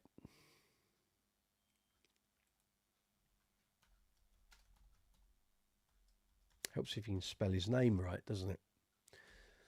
That would have been, so it was July. There we are. So if you don't you're thinking, there's no way Lee Sklar's been on his live chat. Yeah, he has. There you go. And he actually was on in 2023, but just by text. He was in the studio, but he sent his regards to everyone that was tuning into the live chat. There we go. Lewis, true, the only blind bass I purchased was a Dingwall. No place to demo in California, but I can and will play before purchasing the Fender. Good man. Neil Noble, I know he wasn't bass, but did I like Bob Weir? I'm not that familiar with the Grateful Dead back catalogue. I'm not one of the converted. Never really investigated into their back catalogue or watched any of their stuff. So I'm probably the wrong guy to ask, Neil. But if anyone else is watching, has any opinions on Bob Weir, feel free to express them. Gareth, Richard's face when that happened was priceless. Well, he didn't know. He couldn't see what I could see at the time. And again, you know, we've been going along on the live chats and I occasionally get famous people on. But I didn't know Lee would turn up. I didn't think he would. And he didn't email me back to say he was going to appear. He just clicked on the link and came on in. And that was that. So, yeah, bless his heart. And he says from time to time, I will come back. I'll come back on for another live chat. But invariably, he's so busy. He's so busy. And he's an older guy, you know. So I don't want to take up his time. I have promised I will go and I will subscribe to his live chat thing that he does, but you have to pay for it. So I haven't. Every time I think, right, I'm going to do that, I need to do it at the start of the month, so I get a month's of use out of that subscription. But I was planning on doing it on the 1st of January, and here we are, middle of January, and I haven't done it. So I will aim for the 1st of February, and I will join in on his live chat then. Richard, yes, that was one of your moments. Yes, indeed. Neil, can't wait to listen to the Lee Sklar episode. It's there, my man. It is there. Feel free. That link is there. Yeah. He's on for about, I think we get about 10 or 15 minutes in, and then he appeared, and he stays for about 35, 40 minutes, and then he ducks out. Can't blame him. But, yeah, enjoy. Hull Wallakiri. If a taxi driver drives in reverse, do passengers get their money back? No. Not that I'm aware, but I don't know any taxi. Actually, no, I do. I tell a lie. I do know a taxi driver. I know 2 taxi drivers who are both bass players. They do the taxi driving to top up the funds in between periods of not many gigs. But no, you don't get your money back, I'm afraid. Good luck, but no cigar. Michael Anthony, I'm sad that Lee Sklar kind of ruined himself for me when he posted. I can't get into the political side, Mike, I'm afraid. I have no issues with Lee Sklar's political views. Dang it, I wish players wouldn't use their celebrity to blather politics. No, I agree. Yeah, he's done. How can I put this politely? I think Lee has kind of created a hole for himself there, but he's perfectly entitled to express that. He doesn't come onto my channel and express it. It's not a problem. The fact I kind of agree with his viewpoint, that's up to me, but I just don't. I don't promote that. I don't get. What do I say here? I don't get hyper energetic over promoting my political viewpoints. I have an extreme distrust of political people and members of parliament, and I don't trust people. Someone has to do it. It's a crap job. But I don't trust politicians as far as I could throw them. I don't trust the people in charge of my country. I don't think the people putting themselves forward to be politicians here in the UK. God, we're going on a political bent, and I don't want to do this. I don't trust them. I don't think any of the parties are particularly great. And then I look at you guys across the pond, and please don't get me started, especially with what's going on in the past week or so. And I don't want to turn this into a political rant. It's a bass channel. Very good, Mike. Yeah. But Lee is a lovely guy, and regardless of his political leanings, I think he only wants what's best for that country. Sadly, the people currently in power, this is their second chance at it, and they're making a complete. I'll put an expletive in, but I don't think YouTube will slap my backside for it. I think it's a complete shit show. And I can't wait till you guys have another election. And it doesn't have to be that it changes in terms of the party. I just think a certain individual and the people that hang on his coattails are not doing what's the best for you guys and the world in general. They don't have to. They aren't the leaders for the world. Sadly, they're in charge of the country with the biggest influence and the greatest resources, and they're not doing it in a good way. Right. Anyway, right. We get back on the bass. Lewis, you have a small challenge for testing a Fender in California. The Guitar Center is pretty much a bad example of what the instrument represents. Okay. Abuse, out of tune. Yes. Yes, I agree. I don't know what the solution is for you there, Lewis. Maybe get hold of your Fender distributor and see if they would allow you a window of opportunity to go and test a bunch of basses. Sometimes distributors will allow that. If you're pleasant about it, you book an appointment. If you explain to them, look, there's nowhere near me and I can't find a store that has a decent enough selection, they might let you do it.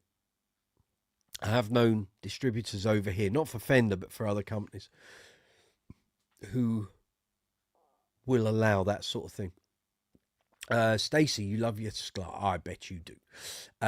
Neil Noble, how do you rate Gary Talent? Oh, he's a very good bass player. Don't worry about that. Yeah. If you've played bass for Bruce Springsteen for 50 years, I guess, you're not going to be too shabby, are you? So, no, he's very good. Very good. Although I'm not a fan of Bruce Springsteen, and I don't apologize for that. It does not tick any boxes for me, never has. I appreciate the guy, and I think anyone who does a 3-hour plus show and has done that from the moment he started playing deserves a huge slap on the back. But I have no love of Bruce Springsteen's material, but it's just me. Okay, it's I don't like it. It doesn't light my spark in any shape, manner, or form. Lewis Wingrove, my first bass purchasing experience was a bit disappointing. Led to a Schecter 4-string. Well, I bet now you've played the Dingwall. I'm not saying the Schecter is bad. It's not, but the Dingwall is a step up. You'll be hearing the difference. The playability should be different as well. Zuma, the Emperor EQ is great. Just now I gave my G&L with a single P pickup a high Q boost at 800 hertz. That gives it a reasonable facsimile of the Aria SB mid-range honk. Very good. It will do, because that SB noise killer circuit is all based about mids and the low pass selector as you go around the different settings. Michael Anthony, to me, Guitar Center is similar to AI in the internet in general. There's good and bad, depends where you specifically go. Okay, I have no experience at Guitar Center, obviously, because we're here in the UK. Lewis Wingrove, I trust Brooks's policy on politics. We all agree it's pretty bad. No need to disagree on the crooked persons. Exactly. Richard, agreed on all counts, Mike. Politics best left avoided. I refer everybody to the Frankie Goes to Hollywood 2 Tribes video. Neil Noble, last one. Sorry, Adam Clayton. Good. I'm not a huge U2 fan, although I've played plenty of U2 songs in my time. Kind of fell off the U2 train around about 89, so rattle and hum time. But a lot of people complain that Adam Clayton isn't all that. However, he had another historical, legendary band that has maintained the same lineup. If he wasn't any good, he wouldn't have stayed in that band as long as he has. There's also the point that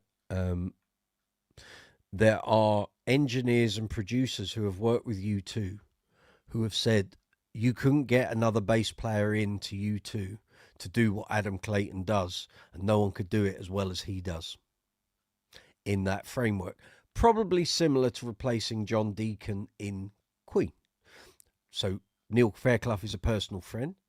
He isn't John Deacon, but then I'm saying he's not trying to be. Neil is his own player. He's replicating John's bass lines. But in terms of Queen being a content productive unit, in terms of studio and everything else, no one could replace John Deacon, just as you couldn't replace Freddie Mercury. You couldn't replace Brian May. You couldn't replace Roger Taylor. The sum of the parts is what made that band what it is. Adam Clayton is exactly the same side of that coin. You know, U2 would not be the same band if Adam Clayton wasn't in it. People always look at the singers and the guitar players and think, no, those are the two you couldn't replace. You could replace the rhythm section. No, you couldn't. No, you couldn't. It's a bit like in Yes, you've got Chris Squire was the mainstay. He was there through every iteration. Bill Bruford was on the first one. 5 albums. 6 albums. Topographic Oceans. Yeah. Then it changed to Alan White. Different drummer. But both of them quite different. So I don't think Alan White could be Bill Bruford, just so I don't think Bill Bruford could be Alan White. This is what you're talking about with unique musicians. And they have their own thing. Back then, in the 60s, 70s, 80s to a fair degree, every player was exceptionally unique because they had come up through that period where the Beatles had happened, music had happened, rock and roll had happened. They were forming their own musical personalities. People like Adam Clayton already had musical history before them that they could draw on, whereas people in things like Yes and Genesis and the Beatles didn't have that necessarily. They were creating the blueprint. So when Yes did their Union tour in 1991, you had all, I think, except Peter Banks on guitar and Patrick Moraz. Apart from them, those two, I think that was everyone that had been in Yes, were on stage together. Alan White didn't play anything like Bill Bruford, and Bill Bruford didn't play anything like Alan White. Bill Bruford generally was playing Simmons pads and doing percussion and effects and noises, whereas Alan White was doing the general kit play. But why would they want to be like each other? They wouldn't. So that's my point. But anyway, Adam Clayton, yes, very good bass player, very good in U2. I'm not sure. The test would be put Adam Clayton in another band and see how he does. But that's never going to happen. It never has happened, so we have no measure of that. Gareth Harrison, 2 Tribes was number 1 on the day you were born. You're just a youngster. I was 12 years old. Neil Noble, thank you. That's okay. Zuma, Adam is great. Especially those early albums. I kind of fell off after Acton Baby. It's kind of similar for me. Gareth Harrison, there's an art to playing 8th and 16th notes cleanly and constantly. Exactly what I'm saying. This is, engineers and producers know their stuff. They wouldn't say he was good at that if he wasn't. So there we go. Michael Anthony, great example. Yes, Chris and Alan will live forever. They will indeed. I love me some Chris Squire. I was listening, actually, while I was doing my accounts over the past couple of weeks. I had most of the Yes back catalogue going on my music player. Love it. Love it. Michael, listening to a Yes album all the way through is a religious experience. I will agree with that. So positive. Yes. I first stumbled across the Yes album in 1993 at this time of year, January, February, March, cold, wet, wintry evenings, listening to some Yes albums from the 70s. So by that time, that was over 20 years old. Here I am, 33 years on, rediscovering the album. I listen to Yes albums on occasion. I don't have them on all the time, but I can listen to those albums and just go off into another realm. Just fabulous. Fabulous. Neil Noble. So, Mike, for example, could Mike Rutherford seamlessly join Fleetwood Mac? He wouldn't play the lines like John McVie would. And could John McVie join Genesis? No. I don't think John McVie could get his head around prog rock, to be fair. Some players don't lend themselves to certain genres. It would be like saying, could John Taylor play in Rush? It just wouldn't work. It would just wrong genres. Not possible. I don't think. A bit like saying, could Stanley Clarke play in Duran Duran? It just no. Although those are good examples. But yeah, I think Mike Rutherford could play in Fleetwood Mac. I don't think John McVie could play in Genesis. I don't think he'd want to be fair. Does it change things too much? Yeah. Yeah, I think so. I think so. Gareth, in the past, sorry, messages keep moving. In the past, you had to record a full take of a track unless relying on the producer to punch in the odd note. But now with DAW, you can have as many tries as you need, which is exactly what Chris Childs was saying in his interview. Exactly that. Sui Speed S3Z. I don't know what that is. Hi, what would you do if you have 500 hectares of private land untouched in an area full of... What's that got? We're on a bass channel, mate. Talking bass guitars, bass players. Don't know what you're talking about. Don't know what you're talking about. Make your next sentence good or I'll bomb you out. Michael Anthony, need to duck out? That's okay, mate. Take it easy. It is, oh, crikey. We've been going for over an hour and a half already. It's 7:36 here in London, here in the UK. This is live chat 149 here on Brooks's Bass Corner. We're talking bass guitars, bass players, bass amps, bass effects, great bass players, bass strings, cases, cleaning materials, setting pedal boards up, doing auditions, anything to do with bass guitar, bass playing. Got any questions? Put them in the live chat window, press send, and we will respond to them as soon as we see them. Zuma, boy, would I love to see Stanley Clarke play Girls on film. Put it into AI. That's your challenge for the day, young Zuma. And I want you to send me on WhatsApp what it comes up with. I want to hear that. That'd be great. That'd be great. There's a thing. Will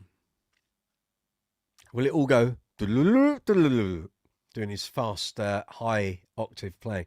Lewis Wingrove, took you 40 years to discover that Les Claypool is not my favourite bass player. Okay, Lee is king in my book. Lee Sklar. Still love Claypool. Yeah, respect to all players. There we go. Here we go. There's lots of stuff out there.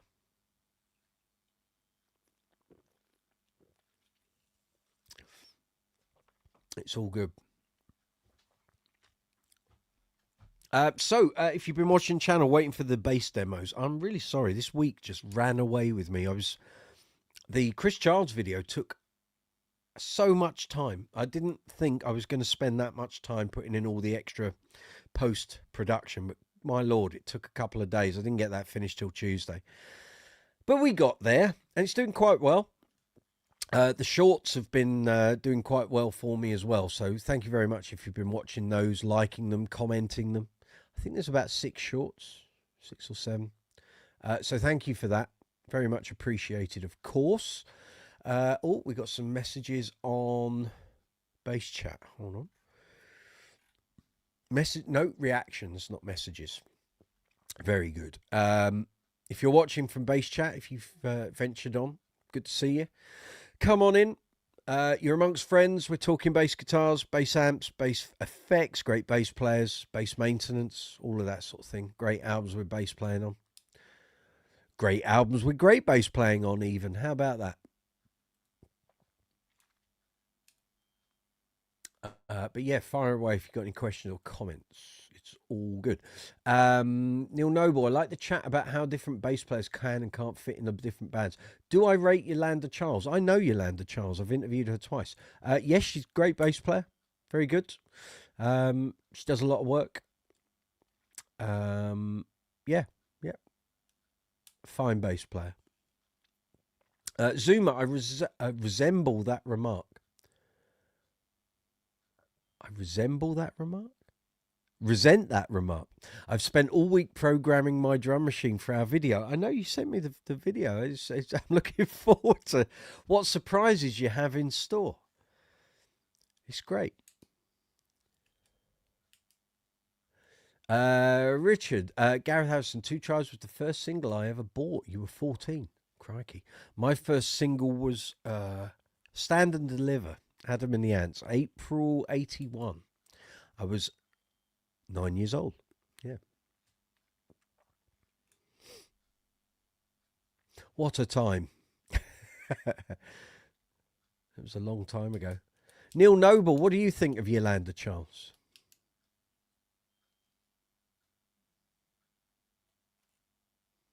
Let me know. Where's the analytics? There we go. Just checking that that's all working. That's all good. We've had 390 people watching the live chat. Thank you very much. I think we're in there, aren't we? Right, stream health. Yep, that's all good. Excellent. Someone there has posted a new message. What's that say? AP1706 said hi. Good to see you. Now that facts, the crossbow, right? Okay, what's that got to do with the price of cheese? You're just posting. Okay. Clearly, we've attracted people who've just stumbled out of the pub. So I've got no idea why you've put that in my live chat about bass guitars, but there we go.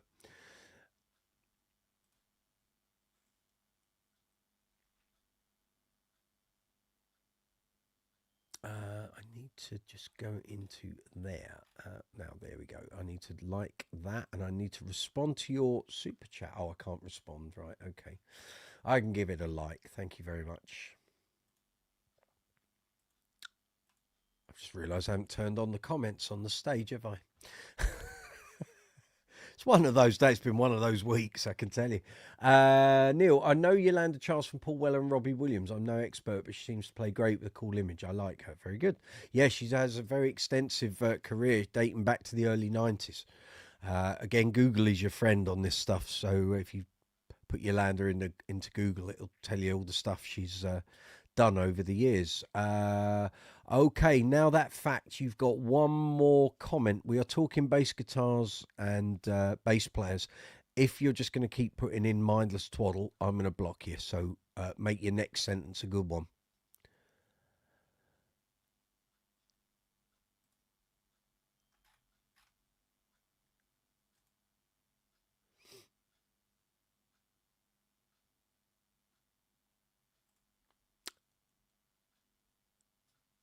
Right, folks.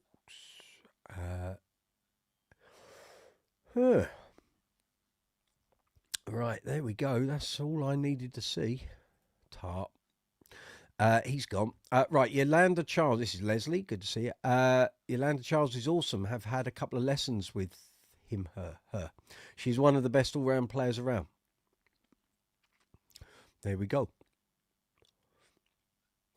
Yeah, I think she still does private lessons. She's doing her own projects now, rather than being a side woman for various musical names.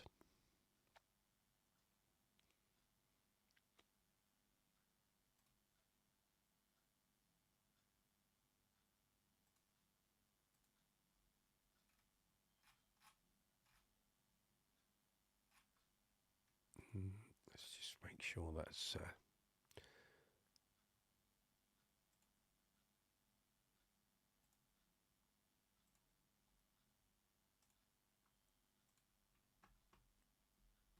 let's have a look here. Yes, she's currently touring Mike Lindup. Yeah, it's not really a tour. She just did a couple of shows before Christmas. She is his bass player of choice. Both him and Phil Gould use her. Zuma, is Tracy Wormworth still gigging? Not sure. Again, Google is your friend on that one. Lewis, fact, flat wounds are preferred over round wounds. You're fact spamming, forgive me. Okay. I'll let you off, Lewis. Neil Noble, Mike, if you could step into any band tomorrow, who'd you play with? Queen or Duran Duran would do me. Thank you very much. Either of those would be fabulous. Mr. Detree, what basses do I play? I don't actually have enough time on this live chat to go through them all, but there are 44. So you're a fellow bass player. Well done. And you've subbed. Thank you very much. Bless your heart. Come on in. You're amongst friends. Lots of bass players here. We're talking bass guitars, bass amps, bass effects, bass gear, cleaning stuff, gig bags, strings, cases. Great bass players. Albums with great bass playing on. You want to talk bass? You're in the right place. Welcome in. Actually, I should put that on the T-shirt, shouldn't I? If you want to talk bass, this is the right place. How about that? Put that on the suggestions list. There There we go. See, I make notes of all these things.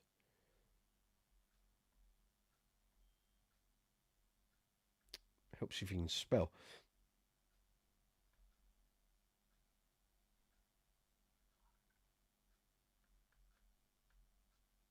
There we go. Very good. Mr. Young Thug. Oh dear, sorry, mate. We don't do religion here. Bye. Mr. Tree, you have 15 bases, so I don't feel so bad. No, I don't feel bad at all. I know people with hundreds of bases, so no, it doesn't worry me at all. Richard Fitton Perkins, you forgot to mention your graphite jazz neck arrived with Steve in Fleet today. The build is on. There you go. There you go. Rock fan, good to see you. Good job. Keep it going. I'm trying. I tell you. I'm trying. Zuma, I second Queen Duran Duran. You'll add Jamiroquai to the list. Okay. Very good. Neil Noble. Yes, there you see. Good bands to join him. The thing with Jamiroquai, though, that would send you loopy, Zuma, is you would end up... I have it on first-hand knowledge that... basically you're held on a retainer, which is great, and the problem is you go in and do a load of recording, it gets recorded, and then they'll do like various mixes of it and then scrap it all. You get called back to re-record totally different versions of the same songs. You do that, they scrap that, and then bring you back a third time to record exactly what you did the first time that they scrapped. It's just a constant process of that, but that's what the deal is. So yeah. Mr. Detree, also, if you're ever in the US, I haven't been in the US since 2014, but perhaps when the government changes, I might venture forth. There's an awesome music store called Motor City Guitar. They have hundreds of bases. Where in the US? Where is that? Oh, Motor City, of course, it gives it away. Well done. Thank you, Richard. Yeah, we have selected bass emporiums over here that do a similar thing. What happens with all of them, though, is that they need more space. If you've ever ventured to the gallery in Camden, you'll know exactly what I mean. The Bass Centre had it about right. High ceiling, wide building, wide room to move about, stuff on plinths and risers, and it all worked great. The gallery is literally everything crammed into a shoebox. Bass Direct is pretty good. Again, it gets a bit cramped in there. Bass Brothers, there's a bit more space there. But yeah, so that's generally what happens with those. Zuma, no problem. In between all those revisions, I'll take out a bunch of JK's cars. Exactly. We end up driving down the roads that I drive on. That's what happens. Neil Noble, would you play with Genesis 92? Oh, absolutely. Yeah. That'd be all over that. Absolutely. Leslie went to her show at the Stables with Mike Lindup, excellent, and have accidentally become a bit of a fanboy. That's okay, as I wasn't looking for her, didn't really know her. She's doing a lot of projects. Yes, she is. Mr. Tree, that is in Waterford, Michigan. Very good. Okay. Yeah, haven't been to the US since 2014. Last time I was there was for interviewing Aguilar and Stuart Spector. We were in New York with Barnes and Mullins, the UK distributor for both companies, and it was a paid-for trip for interviews that were then featured in Bass Guitar magazine. So yeah, actually I might be putting the audio up from those interviews shortly. Sean Jones, £2 super chat, thank you very much, bless your heart. LF Systems soon. Yes, probably be a couple of weeks yet. I've got such a backlog of stuff. I'm trying to wade my way through it, and it takes time. They will appear, don't worry. I was actually putting all that footage and the review footage in a folder yesterday, so it'll come. All these things get through eventually, so yeah. Richard, I know the area well. Used to date ago in Windsor, Ontario, over the Ambassador Bridge. There you go. Right, I need to say thank you for that. Just bear me a moment. There we go. Thank you very much, Sean. If anyone wants to follow Sean's lead there, we have the super chat facility and the super thanks facility. Helps to keep the channel running. Everything you see and everything that goes into the videos here on the channel is paid for by me. It comes out of my pocket. We don't get anything for free here. So super chat donations, super thank donations, very much appreciated. Brooks's Bass Corner merch links in description box below. Affiliate links for Thomann and Amazon in the description box as well. If you're watching this video after the event, please leave comments. Feel free to share it out social media. Please give the video a thumbs up. It makes so much difference, but it's free. It doesn't cost you anything to do it. Please give the video a thumbs up. Leslie, she's writing her memoirs. She's not that old. Okay. One of the most interesting players and great knowledge and stories. Like I say, I've done 2 interviews with her. I did one at the Warwick Bass Bash in August 2016, and then I did another interview with her in 2018 at London Bass Guitar Show. Neil Noble, £2 super sticker. Bless your heart. Well done, sir. I'll be making you poor at this rate. Goodness, thank you. Thank you very much. Great stuff. I'll give that a nice big star. There we go. Is there anything I can do with that? No, I can't. But thank you anyway. Thank you, Neil. I wonder why she's writing her memoirs. Okay. Neil, this is a great episode. Well, thank you. Mate, there's 140. Well, this is 149. There's 148 of these. Feel free. If you're struggling to get off to sleep one night, put one of these live chats on. You'll be away in about 2 minutes. You'll be fast asleep, I promise you. Mr. Tree, sweet bro. There we go. What's the time here? It is 8 minutes to 8 in the evening. We're in London. Tippy Flop. I don't know who you are, but we're talking bass guitars. So, yeah, it's 8 minutes to 8. 1952. We're broadcasting from we're broadcasting from London here in the UK. It's all good. We're talking bass guitars and bass players, bass gear. Albums with great bass playing on. Muhad Panhalka, Game Over. Is it? Why, what are you playing? Pac-Man? Space Invaders. Mr. Do. You're playing Mr. Do, aren't you? That's what it is. Yeah. Or Gauntlet, maybe. Space Harrier? I don't know. Ladybug. Lock and Chase. Donkey Kong Jr. 2. Is that what you're playing? You're obviously giving us updates while you're playing video games. So how are we doing? Horace Goes Skiing. You're picking favourites of mine now, Richard. If you want to go down a Spectrum route, I'm more than happy to play that game. We could do word association, but the American audience wouldn't quite get it. But we could do word association based on Spectrum games. You've got to come up with another game based on the... Yeah, I can do that. Horace and the Spiders. You and me can do that. Olivia P. Hi, welcome. We're talking bass guitars, bass players. Come on in. If you want to talk bass guitars, you're in the right place. Leslie, she's older than she looks and has played with everyone that matters.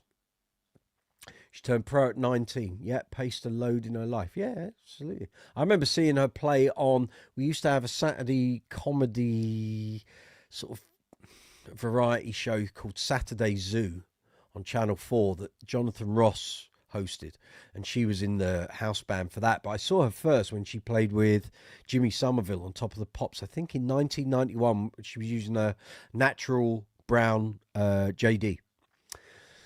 Richard, the younger audience would fall asleep. Well, that's all right, but you and I can keep it going. So our last gambit is Horace and the Spiders. I need to put these in so you don't forget. So American members of the audience, you might want to just Google this for a lark. So Richard and I are now playing a game of word association based on ZX Spectrum games from the 80s. If you don't know what a ZX Spectrum is, Google is your friend, okay? Yeah, Leslie, proper bass player, possibly the most important since Janet Kay. No, there's more. I follow where you're going, Leslie, and I can tell you like a bit of Yolanda. No, there are more important bass players. That's no aside to Yolanda. There are more important bass players that have come through since that. I can assure you. As a learned bass journalist of 18 years and a bass player of 39 years, there is no. I'm not having that, Richard. That's no. Horace and the Spiders. What's the link between Jet Set Willie and Horace and the Spiders? You have to take that and go through.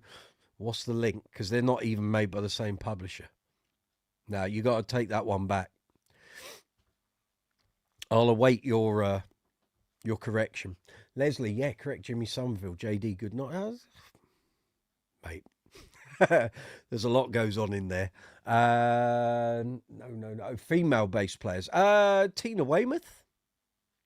I'd say Tina Weymouth is probably more important. There's been a few. Yolanda's up there. Maybe British, yes. But I'd say Tina Weymouth was probably more important as a female bass player. You got people like Rhonda Smith. Divinity X, but Divinity Rocks, sorry. But she kind of Divinity Rocks lost her way a little bit because she lost the Beyonce gig, and she's gone in to do her own projects, which are fabulous, and no issues with that. But she was on a global stage with Beyonce, and I don't know if she fell out of that job because Beyonce changed her band or what. I don't know all the politics. I interviewed Divinity after that had happened, and she didn't really want to talk about it, so I don't know the full thing. Melissa Alfton Moore, maybe. I mean, there's so many good female bass players. Really, there are. There's just so many out there.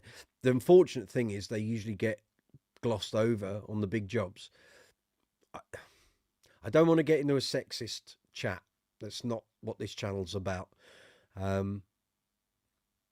You would like to think if a female bass player didn't get the job, it was because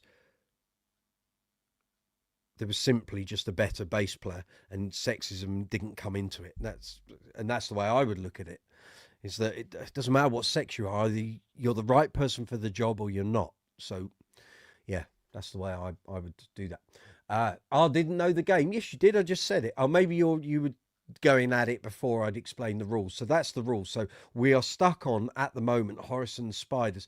Anyone else wishes to jump into this of a UK 80s vintage, feel free, but you've got to link the game either through publisher, title, genre, or whatever. So the answer is Hungry Horace, of course. Right.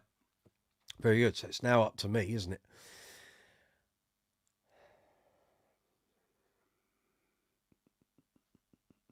Inca Curse. That's my upgrade on there. Inca Curse.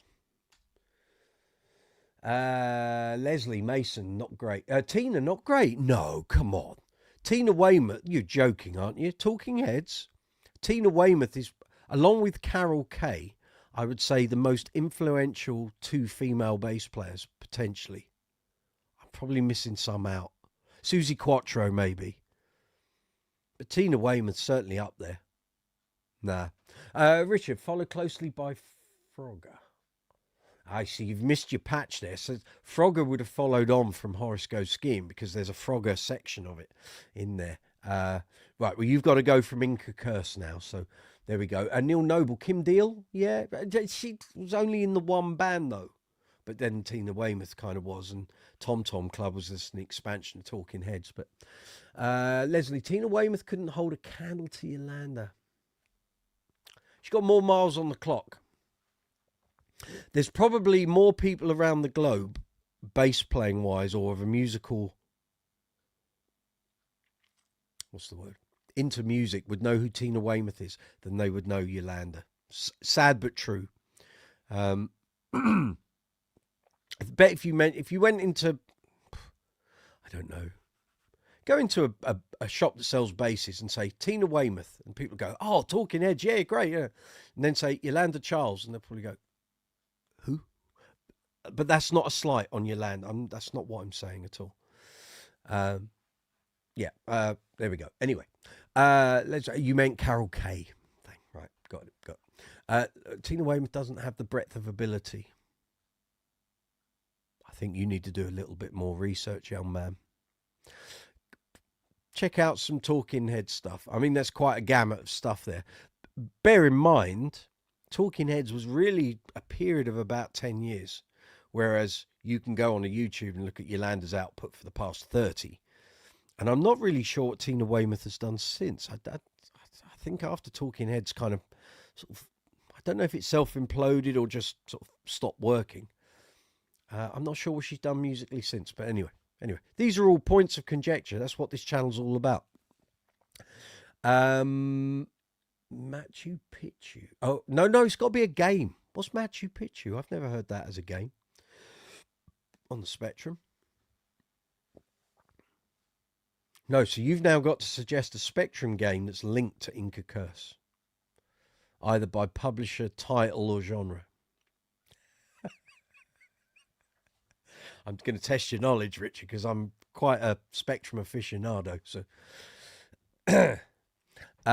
Neil Noble, for a dream team band, Mike Rutherford or Kim Deal? Oh, Mike Rutherford.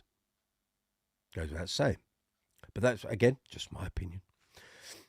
Just my opinion. Leslie, not talking about fame. I'm talking about variety of playing and technique. Yeah, but like I say, Tina Weymouth hasn't really done a huge amount that I'm aware of since Talking Heads stopped, whereas Yolanda has been, well, okay, here's the other part of this. Tina Weymouth was an essential component of the Talking Heads band. Yolanda, generally for most of her career, has been a side woman to artists and established bands, as opposed to being an original component of the band she's playing in, unless they're original projects of her own. She's a side woman, much like Dave Swift in Jules Holland's band. He's a side man. He's part of the Jules Holland project, but he's the side man when he's playing for all the other artists that are on Jules Holland. Similar thing. Let's see, I know Talking Heads and Tom Tom Club. Yeah, see, Tom Tom Club was like a side project, like Power Station was with Duran Duran. Just keep hitting this mic. Ship of Doom, Richard Fitton Perkins. Now we're talking, aren't we? Right, where am I going with this? Ship of Doom. Ooh. See, we've got to kind of veer out of the Sinclair manufacturer, so I'm trying to think. Ship of Doom. Ha. There you go. Neil, a very interesting chat about Tina and Yolanda. That's what this channel is all about. Great bass players. That's what we're talking. Here.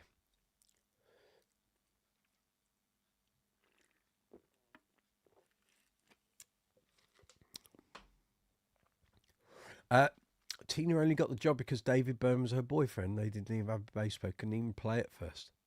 What's that got to do with the price of sugar? I think you'll find her name are on the album credits, so doesn't matter. That doesn't matter a jot.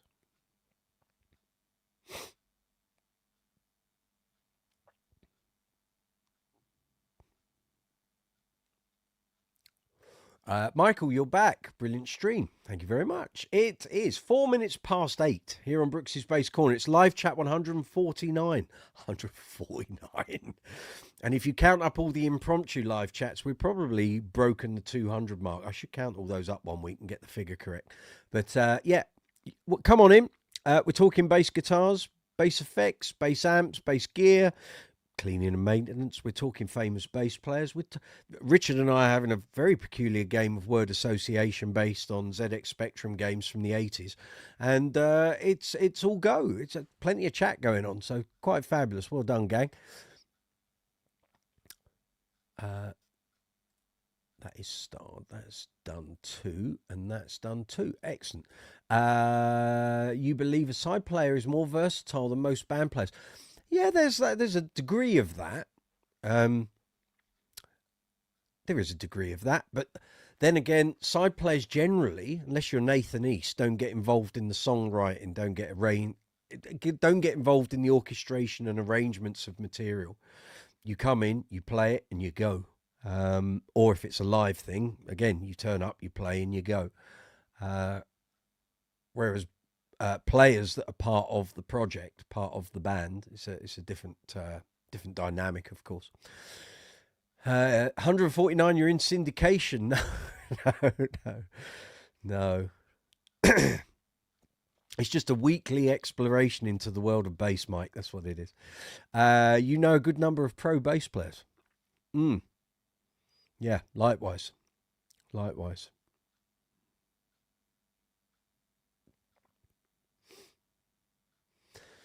But there we are. It's all good. It's all good.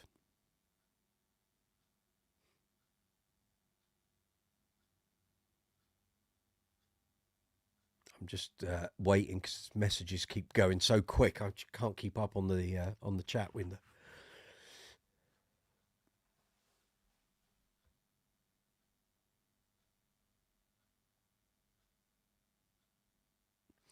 Richard, Moonlight Madness. Oh, blimey. Oh, I need to check that. That's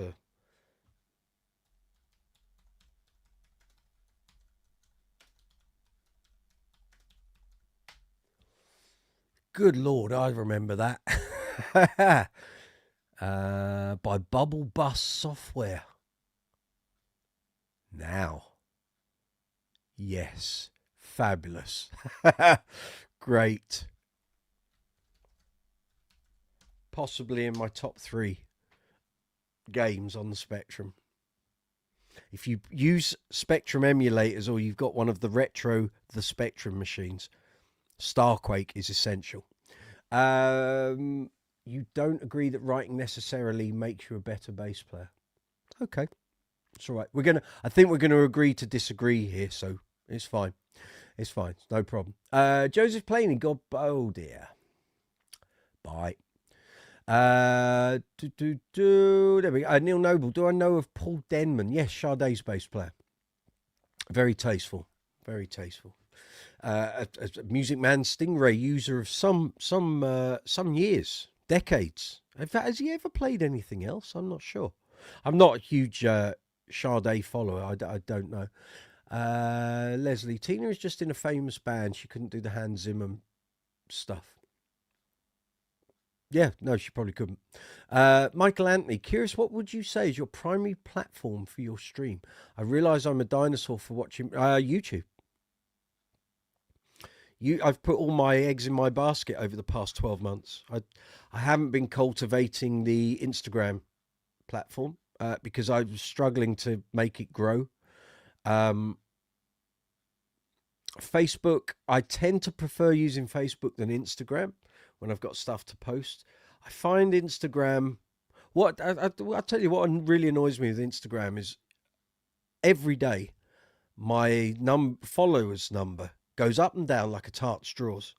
There's no reason for people to drop on or off because it's not like I'm over posting to annoy them and then they think, oh, I don't want all those posts. I haven't really posted on the Instagram stuff for a long time. But also I needed to plow my efforts into the YouTube platform because this is what I earn the money from.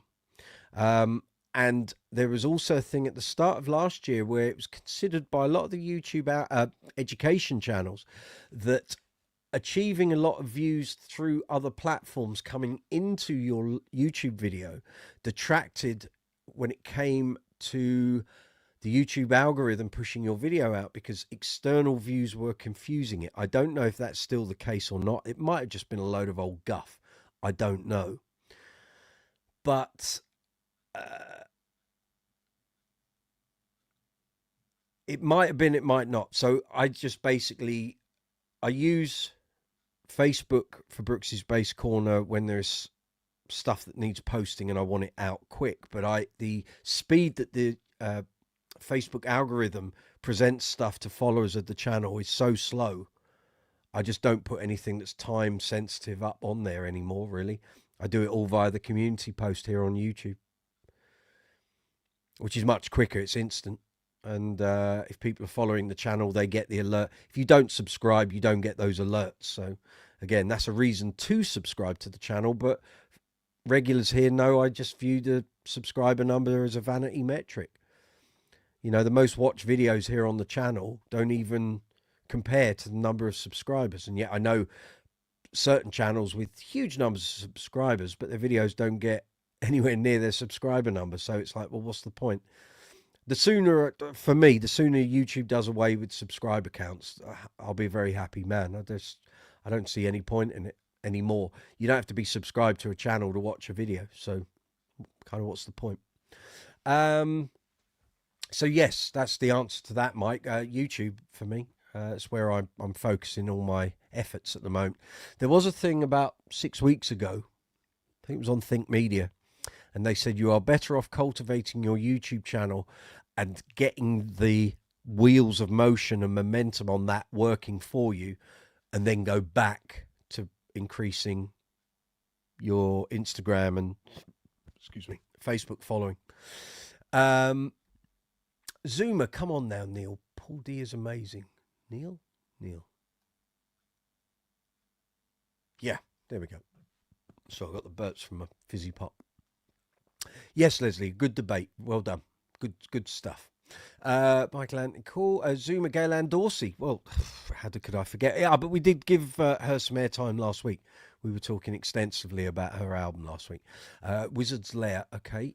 So I see your Wizard's Lair, and I raise you a Fire Lord. Neil Noble, Zoomer. Really, wow. I like Sade. I love music, but I'm no expert. I like bass players and find this chat interesting. It keeps coming back week after week. It's great. I like listening to technical talk, but I don't claim to be clever. That's sort of, likewise. I can only tell you what I know. Richard, damn, just spotted Taz too. Taz? Is Taz a game?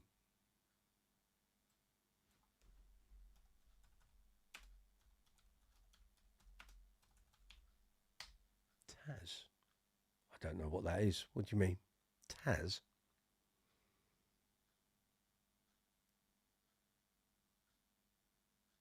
By the way, anyone wondering, Wizard's Lair is nothing to do with Wizard's Sleeve. That's that's just a rude joke, all right?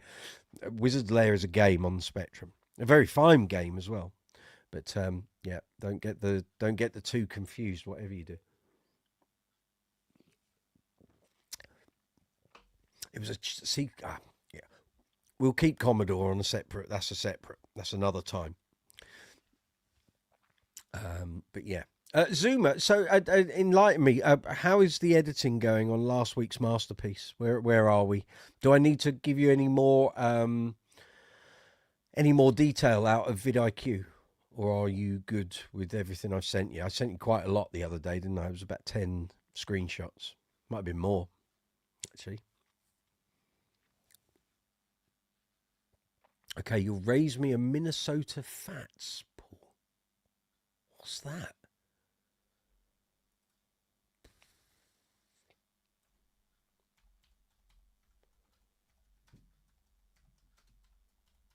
It's got to be Paul Legend, right? Okay, on the Spectrum, was it? That's for no, Richard. It has to be a Spectrum-based game. It has to be Spectrum-based.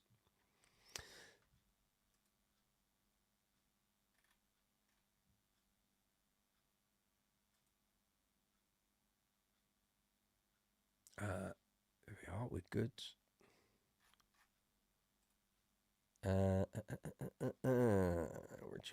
Right. It's not saying it was a Spectrum. Is it a Spectrum game? Let's have a look. It's saying I'm getting it in Google as Genesis. Oh, let's have a look. Let's see what platforms. It was for the Sega Genesis and Sega Saturn. There's no mention here of a Spectrum version. No, not in Google. Not in Google. It was only on Sega Genesis, Sega Saturn. Apparently. Allegedly. Neil Noble, thank you very much. There we go. It was Joe Rogan's died, is he? Or are you just spamming? I'm not sure what all that's about. Has he? Let's find out, shall we? I think you're just spamming.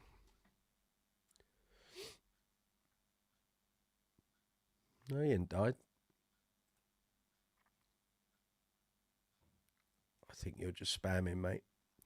Bye, bye, bye. The fact you posted up like 5 messages, one after the other.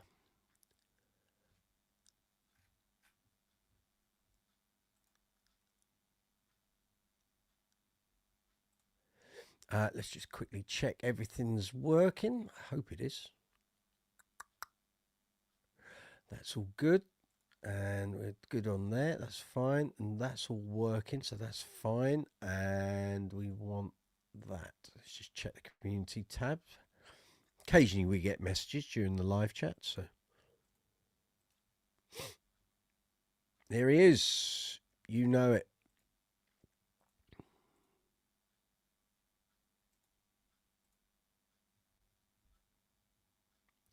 It's not updated.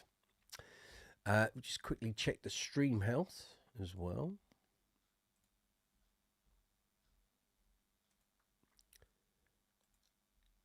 That's fine. That's fine. Stream health is excellent. That's what we aim for. Good, good. Have the sound issues from earlier gone now, folks? I hope so. Michael Anthony, so shout for my bass case, my mono vertigo. You were frustrated looking for a case that put the neck support where it made sense. The mono has a neck support that holds the neck like a mother holds a baby. There you go. Excellent. The Ice Temple. Oh, cripes. What's that? Yay.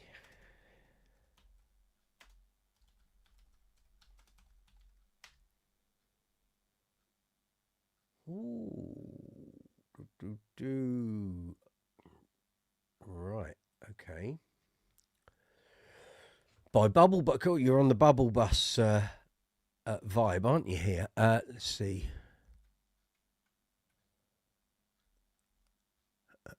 Tom Prosser. What other games did he come out with?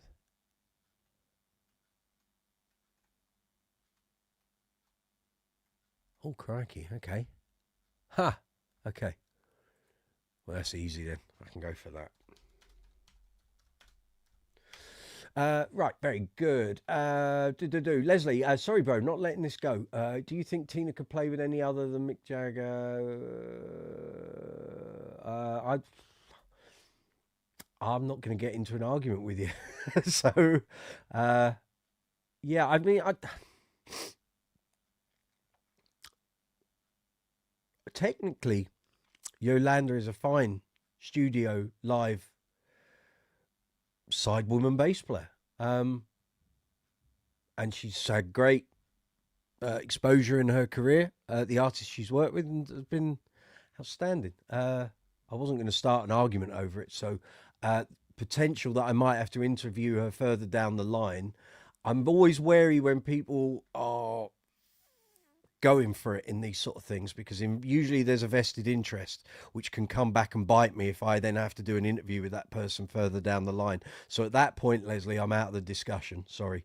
Michael Anthony, it's a very rigid gig bag. Yeah, I know. I've got one. Got one for my my Alembics going a mono vertigo. I would almost check it on a plane with your luggage. See, we don't have that luxury here. It doesn't happen. You can't take basses on planes anymore, not over here in the UK. Sound is 10 out of 10. Thank you. I think it was a StreamYard thing or a YouTube thing. It'll be one or the other, but glad it's all sorted. So, Leslie, and jump in tomorrow. Don't know what that means, Leslie. Sorry. Michael Anthony, sound is great. Good. Sounds rocking. Sound is all good. Fab. Joe Blade 3. Jump in tomorrow. Jump in tomorrow. I don't know. Don't know what you mean there. Rennick. Oh, here we go. Right, just bear with me a moment. We'll just see if we can get Mr. Fitton Perkins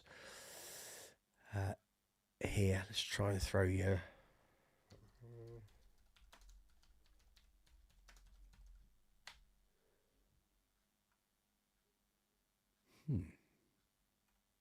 Who's the publisher?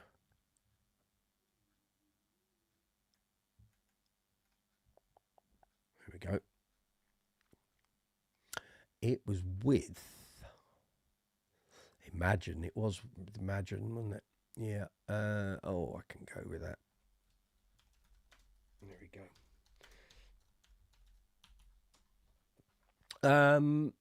Here we go. Mr. Detree, I saw your basses. They're sick. Are they what? Unwell? They got like a bucket. They go. I hope not.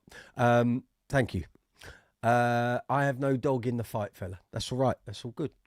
Timothy G, do some voice impressions. Oh dear. We're talking basses, bass guitars, mate. If you want to talk basses and bass guitars, you're welcome. If you're coming on here to be daft, I'll just bomb you out. So make the next sentence a good one. Mr. Tree, currently saving up for a Tobias bass. There were a couple of nice ones from 80s. Now, where did I see those? Might have been the gallery. I think it might have been the gallery. There were a couple up for sale literally in the last 5 or 6 weeks. Like there was an 87 and an 88. Was it Bass Brothers? Can't remember. A fine choice. Leslie, only biased about Arsenal. Okay.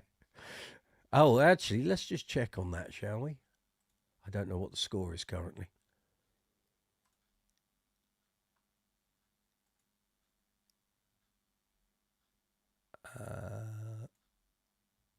Let's just have a little look, shall we? 0-0. Oh my God. Blimey, wasn't expecting that. That's going to throw the cat amongst the pigeons. Wowzers. What happened? Maybe you were following it. Obviously, I haven't been because I've been doing this live chat. But did Arsenal look a bit toothless up front? I don't know if you were watching it.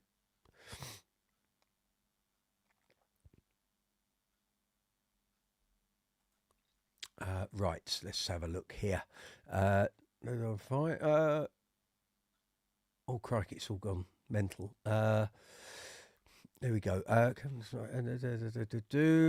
Neil, which bass company is the Rolls Royce of bass, the absolute number one? I would say, and I know some of their basses don't work for certain players, certain people. It's fine. I get it. I still hold Alembic as the Rolls Royce. Not based on the price, although the price is ridiculous, but I just think the quality of craftsmanship, and they've maintained their level for so long. And other bass companies have come along. I mean, some people say Federa, some people might say Spectre, some people might. We can all say a different company. But I just think that level of quality, and for it to be consistent over so long, I would put them. There's no absolute, because a lot of people pick up an Alembic and go, ugh, don't like that, can't play that, don't like the sound, don't like the way it feels. They're idiosyncratic. Every single one you play is different. But that's my shout. Other people might have other views on that. Stacy, not the channel for those. No, quite. Mr. Tree, cool. Okay. How much is that Tobias? Depends which one you're looking for, I guess. Les, no dog in the fight. Saying Cantina jump into any band and play 24 hours notice. I don't think she could. Like I say, I'm not getting involved in a discussion about Yolanda that goes further than we've gone. Because like I say, I might have to interview her, and it's very easy for people to misconstrue things that might be said, and then it causes me a problem further down the line. So I say at that point, I butt out. Mr. Tree, I'm looking at either getting the new 2025 Tobias or something older. The older ones are going to cost a pretty penny, but they are quite fab. We'll see when the time comes. Very good. Full time. Very disappointed. Away at Forest. What happened? Did it just contentious decisions? Maybe, I don't know. I won't see until match of the day later on. 2025 one is around 2,200. That's around reasonable. I've not played any of those new Tobias reissues, so I couldn't possibly. You're going with Arcadia, Richard, right? Okay. I think you're going to have to go with the developer to get out of that one. Leslie Forrest Keeper man of the match. Oh, that says everything then. Zuma Federa Alembic Ritter. Yes. Well, yeah. I've played quite a few Ritters, and they are what you think they are in terms of materials and construction. And I've played 4. I think I reviewed 2. There was nothing in that sound on any of them that would make me say I'd love to own that.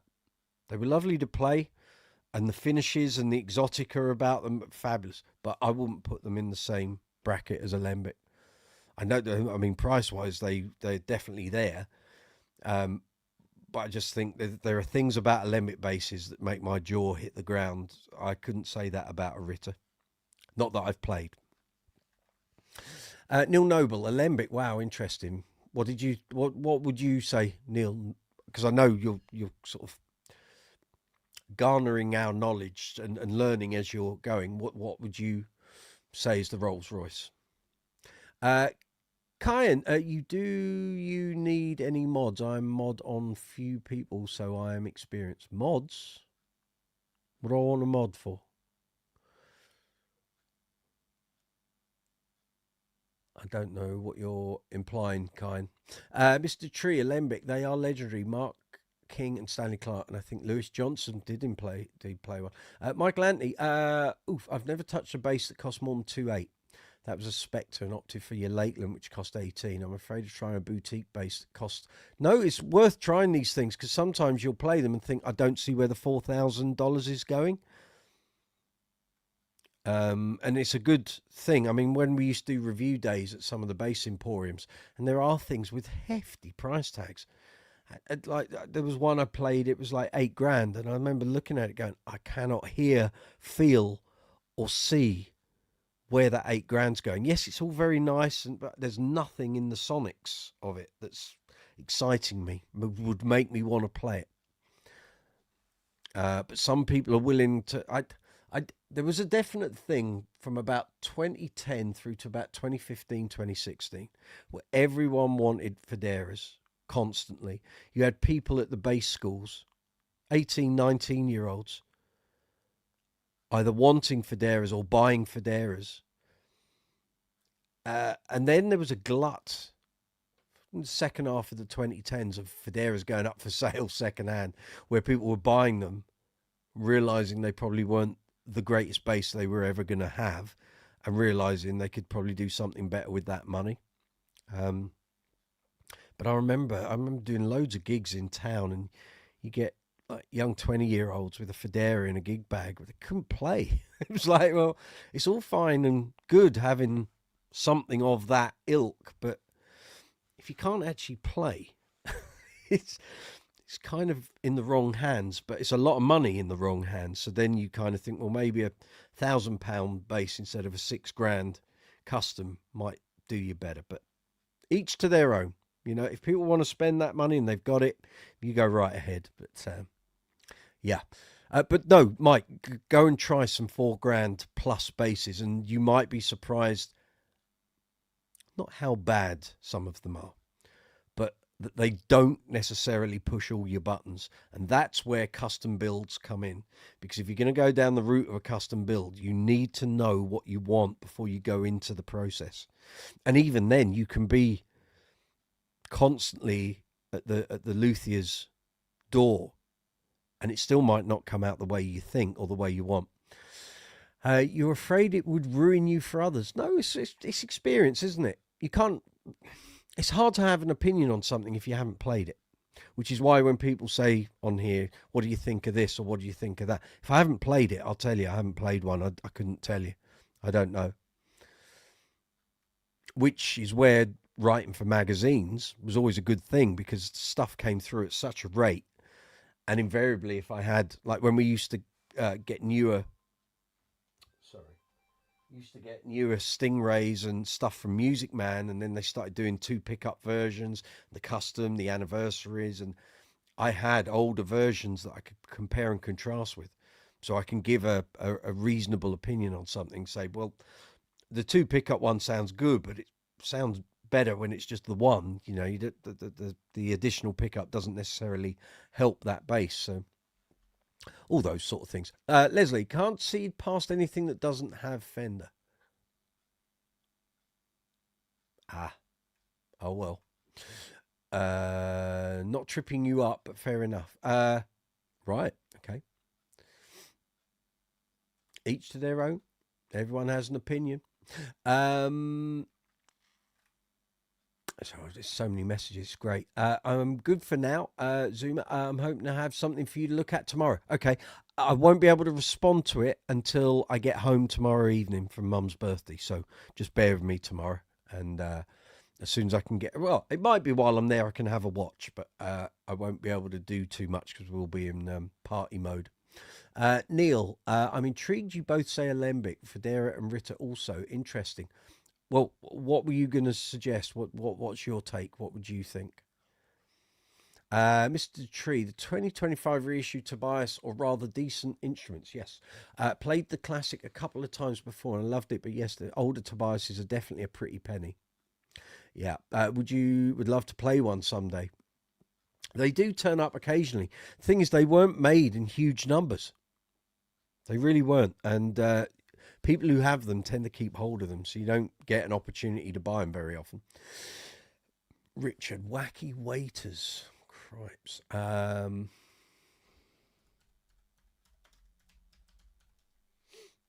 see what we got here. Says it's not a. Oh, sorry, I'm on a Spectrum forum here. It says there is no game. I do remember a game called that. That was VIC 20 or Commodore. Oh no, Spectrum. Hang on. Whoa. No, there was a Spectrum version, wasn't there? Yes, there was. 1981? Oh, on the VIC 20, right. Okay.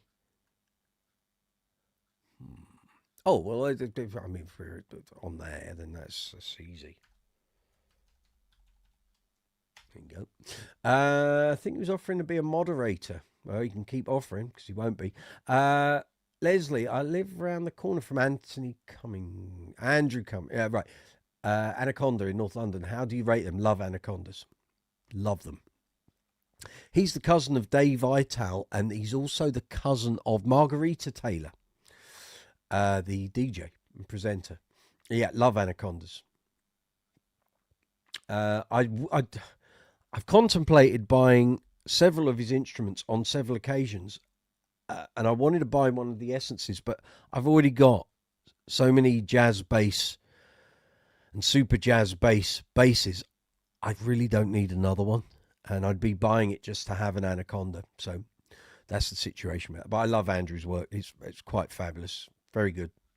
Great customer service as well. That's wicked. I wouldn't be caught dead playing a Federa bass unless I was given one. I suspect with that outlook you won't be given one. But always try them.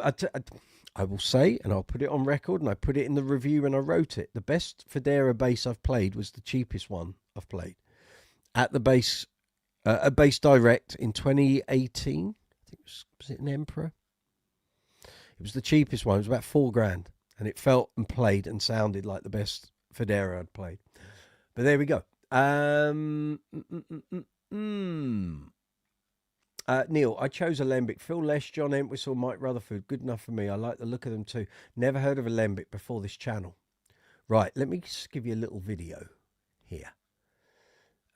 This is like a reference point for me whenever I'm thinking, why do I like Alembics? Right, just bear with me a moment. I'll just let you have a little listen to this.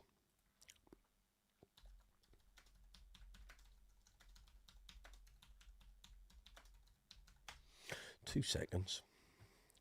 I've just got to search for it, and it tends to get embedded very deep into Mark King. Here we go. Mark King solo videos. So this is just a sound check. Loads of us who are level 42 Mark King fans, we all hark back to this because there isn't a lot of sound check footage, never has been. But this is why, a perfect example of why I like Alembics. All right, Neil, check this out. Leslie, I think basses are almost like old hi-fi systems, not really getting much past $5,000. You're joking, aren't you? You've seen the price of a new Alembic Series 2. You want to go and have a look at the price list. $46,000 without any added extras. Will McFingerdo, we haven't seen you for a while. Evening, people of the bass round. Good to see you. What about the Rolls Royce of bass amps? Well, for me, it's Aguilar. But I'm basing that on Aguilar before they were bought out by Korg. I've had nothing to do with Aguilar since they were taken over by Korg, aside from the fact that I had an endorsement deal through Barnes & Mullins here in the UK. And since Aguilar moved to Korg, Stacey, have you done a super chat for $35? Are you mad? But thank you. I'm supremely grateful. Thank you for $35, woman. She's done well on the shares this week, I swear. Thank you very much. Thank you. Goodness me. God, you're taking my breath away. I've had a $35 super chat in a very long time. Where was I? Yes, so Aguilar were taken over by Korg, and I've had no communication from Korg since, or Aguilar. And I dealt with Barnes & Mullins about a year ago regarding a faulty adapter for my tone hammer pedal. But other than that, nothing. Not a thing. So there's Stacey's super chat. Wowzers. Thank you. Thank you very much.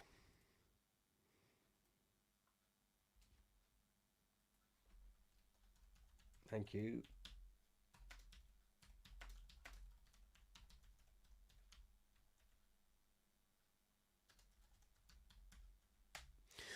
Yeah.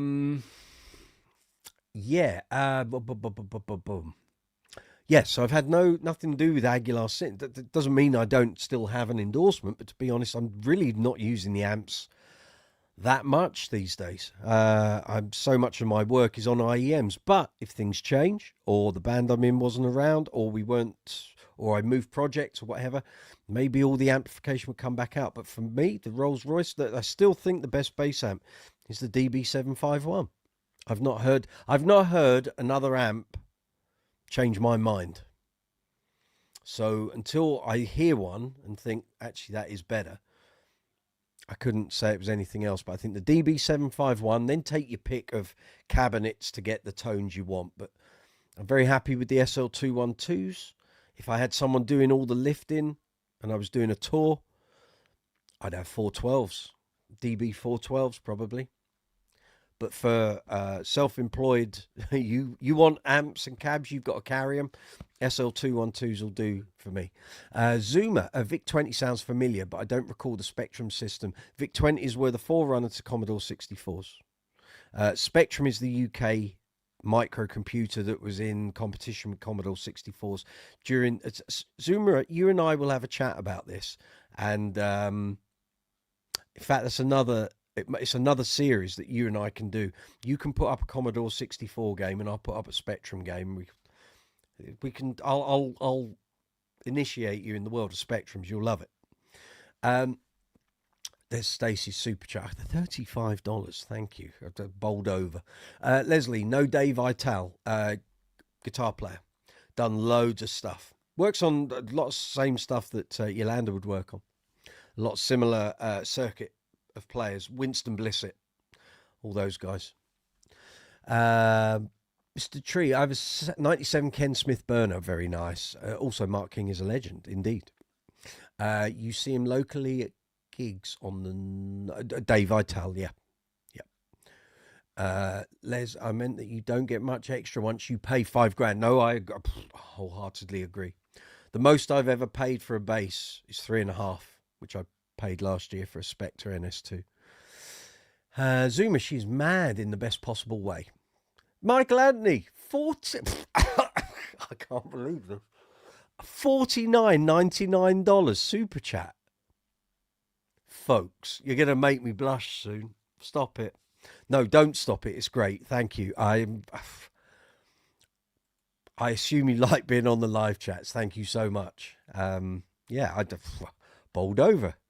It's a tidal wave of super chats. Wowzers. Whew. Thank you. What can I say? Outstanding. Wow. Thank you, guys. Yeah, I'm a bit flabbergasted. That's taking my breath away. Thank you.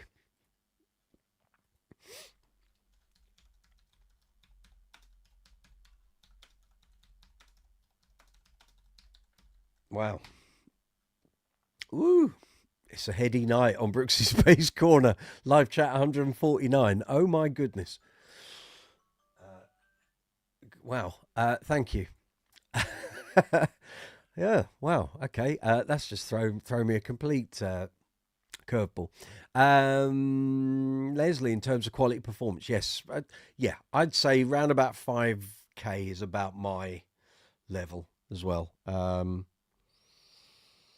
I said last week, I think I've got all the bases I need, but then something turns up and you suddenly think, I really want that. So then do you sell some of the things you've got to get the thing you want? Are you going to use it? Are you buying it as an investment to sell at a later date?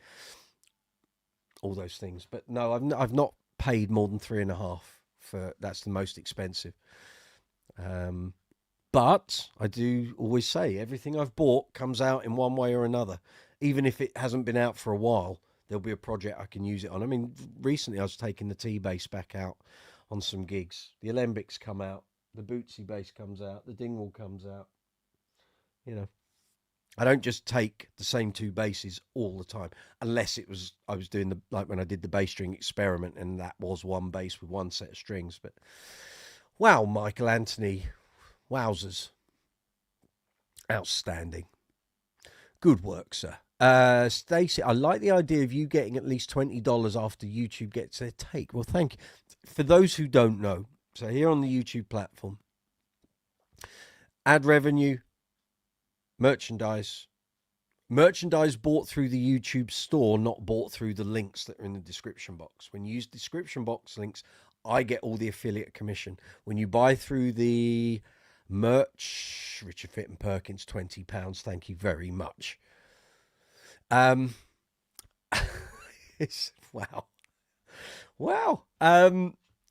Thank you. Not to be left out of the currency party. Here are some pictures of the king. Thank you very much.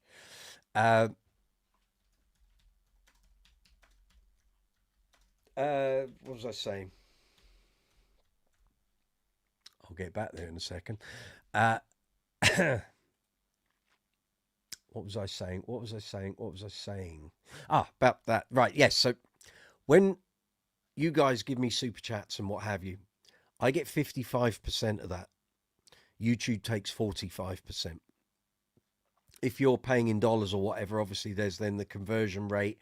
Then YouTube takes 45% of that. That's the way it works. People, I think it was Russell Zorner says, I'd love to pay you some money, but I don't want YouTube to get the money.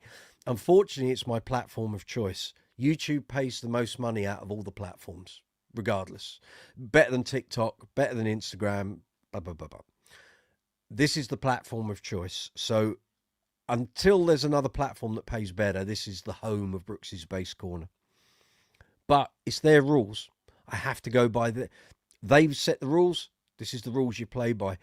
If you don't want to play by their rules, you got to find another platform. So that's why I'm here.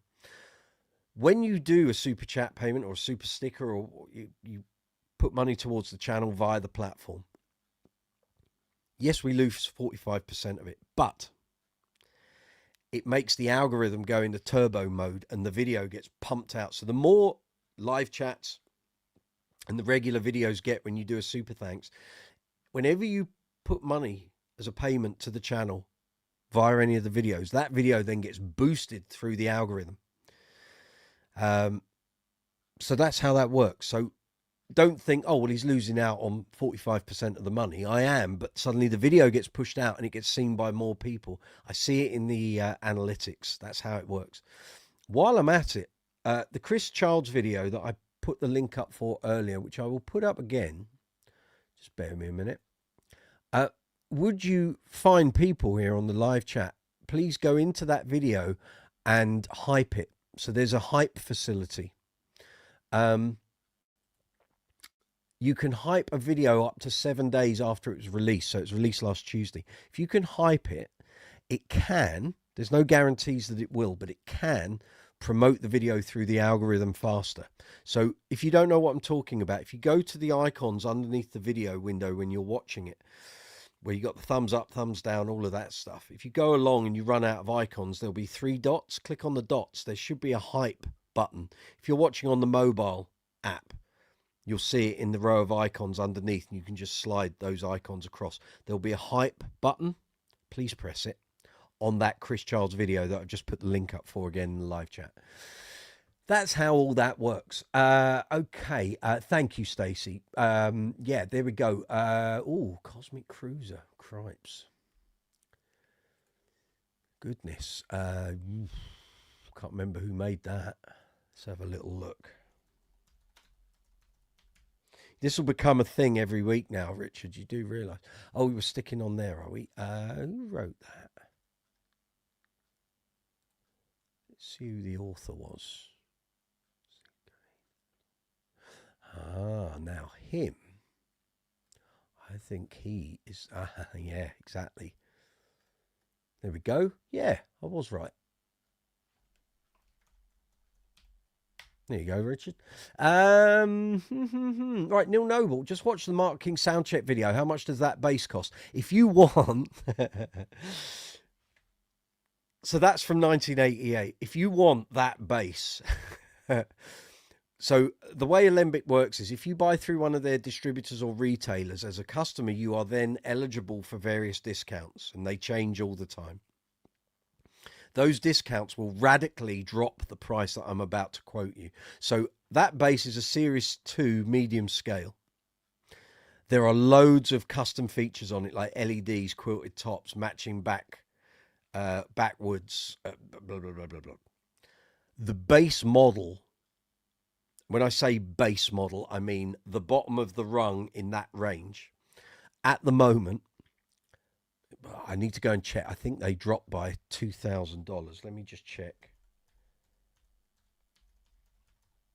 I remember checking it the other week and it had gone down, which I think is to do with the dollar thing. Price. Where's the price thing? Price list. Here we go. So you want a Series 2 Alembic. It did drop. So 4-string Series 2. No extras, base model, $41,300.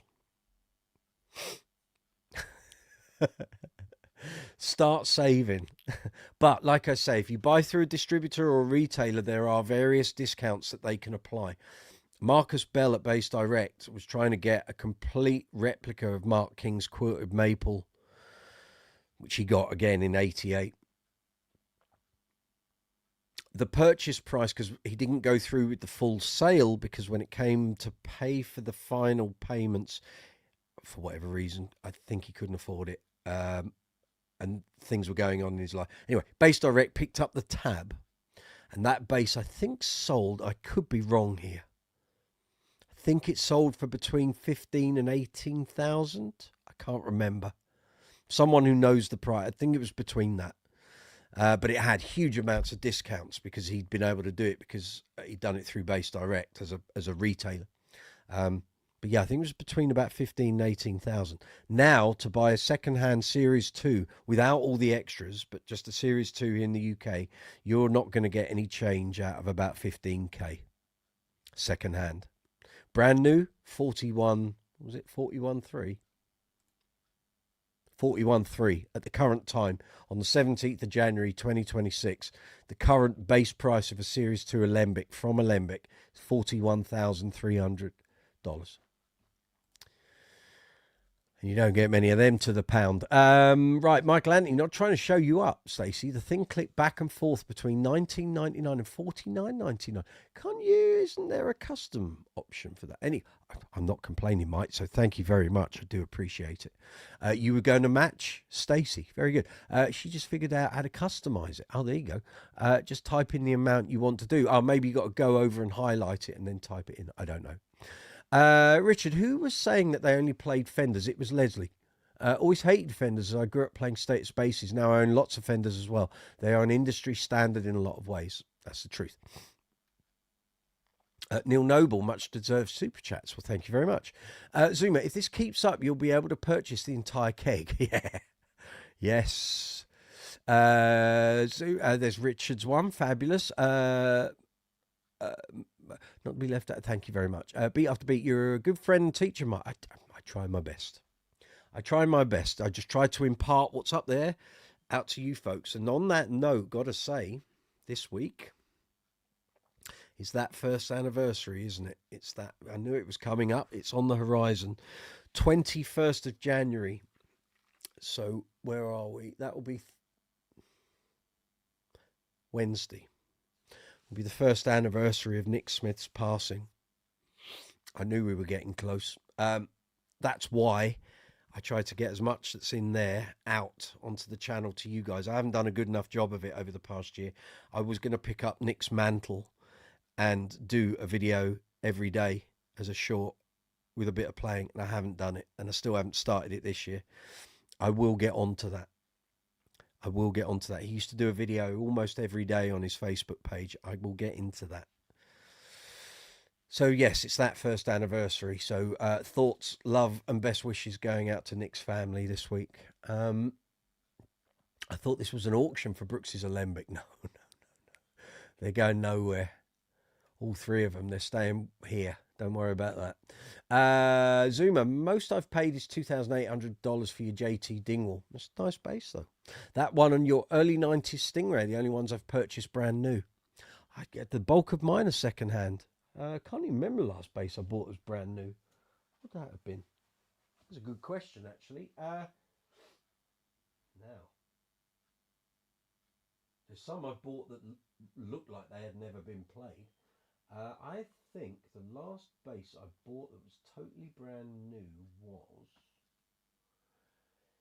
It was the Betsy, wasn't it? It was the Betsy. Yeah, Betsy. September 2019. There we go. Leslie, last time I spoke to Ernie McComb when he was playing with Dexter Wansell, his MD told me he's taking a Sklar out now instead of his blonde jazz these days. But it depends on what the Sklar is. Is it an 80s JV? If it was, some Squires are just fab. So, but it's a luck of a draw thing with Squire. As I've said, you can have 10 of the same Squire bass from the same range, and probably 2 are great, 5 or 6 are all right, and there'll be 2 or 3 are absolutely awful. So luck of the draw. But if you get a good one, they can be really, really good. Will purchase some Monty Guitars P-Bass pickups this week. They get a big thumbs up from me. Can honestly say they are incredible. Don't I know it? Highly recommended. Agreed. Stacey, Richard, some pictures of the King. Hey? I've missed that. Wallenberg, hey, how do you feel about the album Voyage of the Acolyte? Probably your favourite album of all time. I can't remember who's that by. I will quickly check. Just bear with me.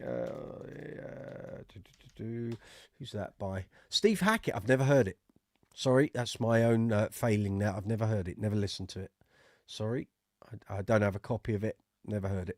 Catch a Snatcher. You're picking the vague ones here, aren't you?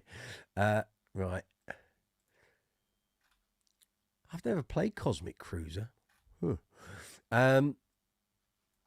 need to get off the Imagine vibe there, don't we?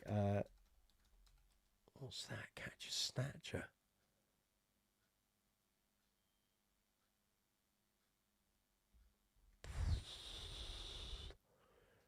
Blimey, you are going old school there, Richard. Jeepers creepers. Right, very good. Well, we're back on there, aren't we? Right.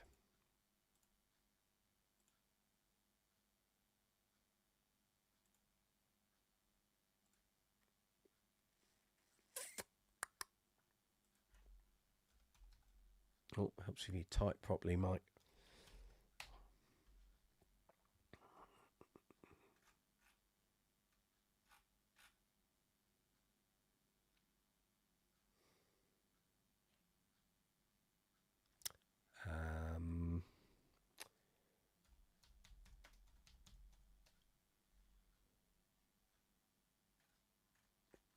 There we go. Thank you very much. We just search on that. Here we are.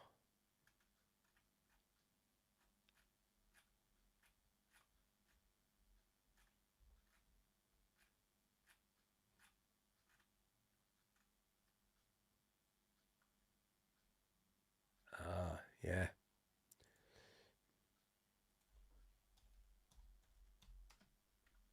Here we are. Right. Michael, got a bounce. Go help your wife. Fabulous stream, Brooks. Thank you very much. Peace, love, and funk. Everyone, see you soon. Thank you for that super chat. Bless your heart. Super stuff. Well done, Mike. Speak to you soon. Richard, Stacey was talking about your comment on the super chat. Yeah, I don't pictures of the king. I don't know what that meant. Leslie, I think even if I were a millionaire, I would probably not buy a new factory-made electric bass. Again, each to their own. Some people just aren't interested in that. I get great value out of buying second-hand instruments, I have to say. But occasionally, something comes out or a manufacturer produces something, and it's like, well, the only way you're going to get one at that time is to buy it new. So that's yeah. Pictures of the king, money. Oh, got you. Right, cash. Thank you very much. Well played, sir.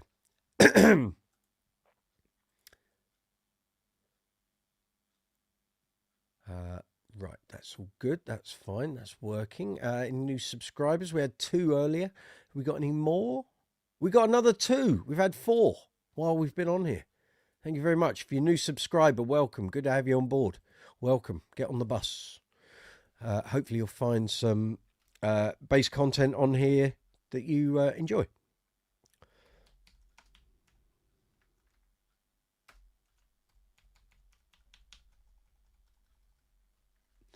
There we go.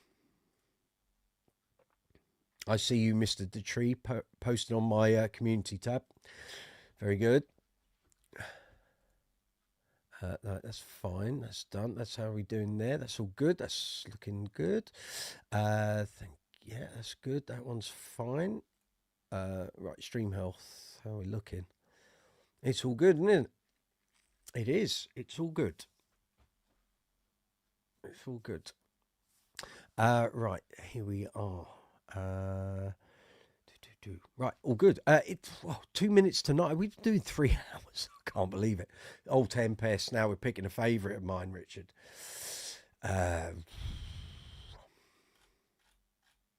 Played many.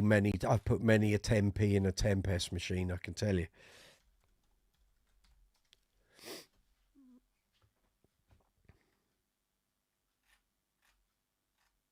Yeah.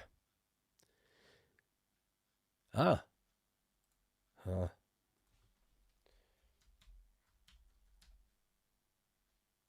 that's a bit obvious, but I'll go with it anyway. Tempest, yes. See, Stacey's up for that. Gallagher, yeah. Well, we all like a bit of Gallagher. That's right. I can still have I can spend a good half an hour on a Galaxian. Don't worry about that. We've kind of ventured off of bass and we've gone into video games, but it's fine. It's all good. We're amongst friends. It's all fine.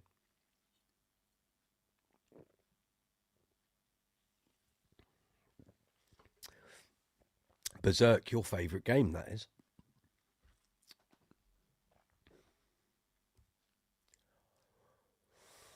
Still haven't got round to buying that green T-shirt with the Berserk Atari cartridge cover. Got to do that. Got to do that.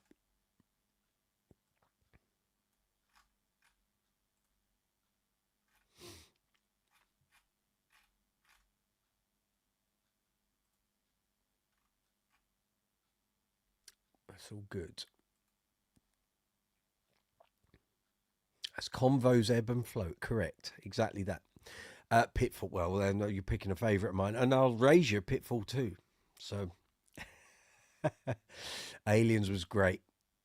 Aliens was great. Oh, well, if we're talking that manufacturer, I can go with that. Okay, it is 9 o'clock. We'll do another 5-10 minutes and then we'll wind down. Because I've got presents to wrap and cards to write and stuff to prepare for tomorrow and got to cook my dinner and everything else. But thank you very much for a superb live chat tonight. It's been quite magnificent. Well done, folks. Leslie, would you say Dingwall, Warwick, Rickenbacker are predominant rock basses? Not Warwick's. Warwick's, through their whole life, they were really part of the hip hop thing as well in the 90s. And the Soul Brother Brigade here in the UK were well into Warwick's. Although quite a lot of that was to do with mad distribution. They were putting them in the hands of the players that were on TV a lot and doing the big sessions like, what was that guy? Not Freddie Washington. There was a UK guy, Freddie Thompson. Used to do all the stuff like Eternal and Louise and I don't think he did Sholarama, but those sort of artists. Rickenbacker, yeah, rock bass, indie bass, that kind of thing. Dingwall, yeah, they would be classed as rock basses, although I'd love to see them in more soul and funk stuff, but they are because a lot of the technical metalheads were the early adopters of the Dingwall, especially the Chinese models like the Combustion NG2s, NG3s now, of course. But I think over time, you might see the Dingwall brand spread out into more musical genres, I think. If a funk player took one on and really did big things with it, I think that would sort of change the balance. But I would say up to this point, yes, the bass playing public perception is that Dingwall is a rock bass instrument more than anything else. Beat after beat, your favourite game was Stargate Defender. Wowzers. I remember that. Blessings. Good to see you. Give my mum the best. I will. 70 tomorrow. She keeps saying to me, I don't know where 70 years are gone. I said, well, we better start working it out because that's where we're at. So Eye of the Mask, loved Eye of the Mask, loved it, played it incessantly. That takes me back to a period when my cousins lived in the other side of Kingston and I'd moved down from Scotland to London, and they were at a school where it was an all boys school, I think, as I was at an all boys school, and they would get games literally every week. Like there was 10 of them and they would all buy a game and then all copied. The copying was a big thing then. And I'd say to my cousin, oh, you coming over this weekend? Yeah, I'll come over. And he'd bring literally 10 new games every week. It was like crazy. And the Eye of the Mask was one of a clutch with Critical Mass, Monty on the Run, Starquake, Eye of the Mask, Fairlight, School Days. Do you know what? There's a box. In fact, let me just get the box. Just hold on, right? This is weird. So I've got a box over there of the C90 tapes that I had copied games on. And some of them have still got the old inlays. So literally, as you got a new game, that would go on the latest tape until you filled that tape up. I bet in that box, I've probably got that cassette with that inlay from that period. I won't get it. It'll cause too much mess. But yeah. Yeah. Wild times. I bought plenty of games. I used to go to the micro fairs up near Victoria and I used to buy all my games up there. You kind of give it like 3 months after a game had come out. You go to the micro fair, it was half price. And that kind of worked for me. Zuma, I'd be there, but your transport is still out of order. I suggest you need to call the engineer. Hey, that damn Heisenberg compensator, quite. Exactly that. What's coming up on the channel this week? So get tomorrow done and dusted. Monday will be the first of the bass reviews. So thank you to people who've still been voting on that post on the community tab. I think it's had about 120 odd votes, which is great. It's obscene. So the Alembic is in front at the moment, ahead of the Spectre. So I will start getting those up Monday, Tuesday. There's a couple of other videos that I've been working on. I've got in my mind that it was going to be a demo, and then there was another video, and I can't remember what that other video is, so I need to go back and look at my schedule. I've also got a new series that I've literally not stumbled on. It's been on my whiteboard for best part of a year, and suddenly I've found a way that I think I can do it, and do it quite quick in terms of production, getting the videos out there. So I'm going to spend some time tomorrow evening when I come back from my folks, just seeing if I can put that idea in place and batch film and batch produce. And if I can, then I can ping those videos out really quick. So we'll see. So there's all the stuff I was talking about last weekend. Now the Chris Childs video is up and out. That's kind of opened the floodgate so I can get the demos out over the next couple of days. Didn't want to do it over the weekend because generally views at the weekend for long form content aren't that great. But also tomorrow, it's kind of fenced off. Tomorrow had to get sorted. So after tomorrow, there's time now to go bang, bang, bang, bang, bang. So knocking the videos out really quick. Zumo, so you were playing Fairlight before Nick Rhodes? No, after. About the same time. Fairlight was a game that came out in October 85. And it broke all the barriers on the Spectrum at the time. I say broke all the barriers. It was still isometric perspective like Night Law, which started that, and Attack, of course, before someone goes, and Attack was first. But Fairlight went into graphical detail and kind of took Night Law and sort of super boosted it a bit. But yeah, Richard used to buy the magazines. Likewise, I still think of Crash, your Sinclair user, created that mind to become a bass journalist.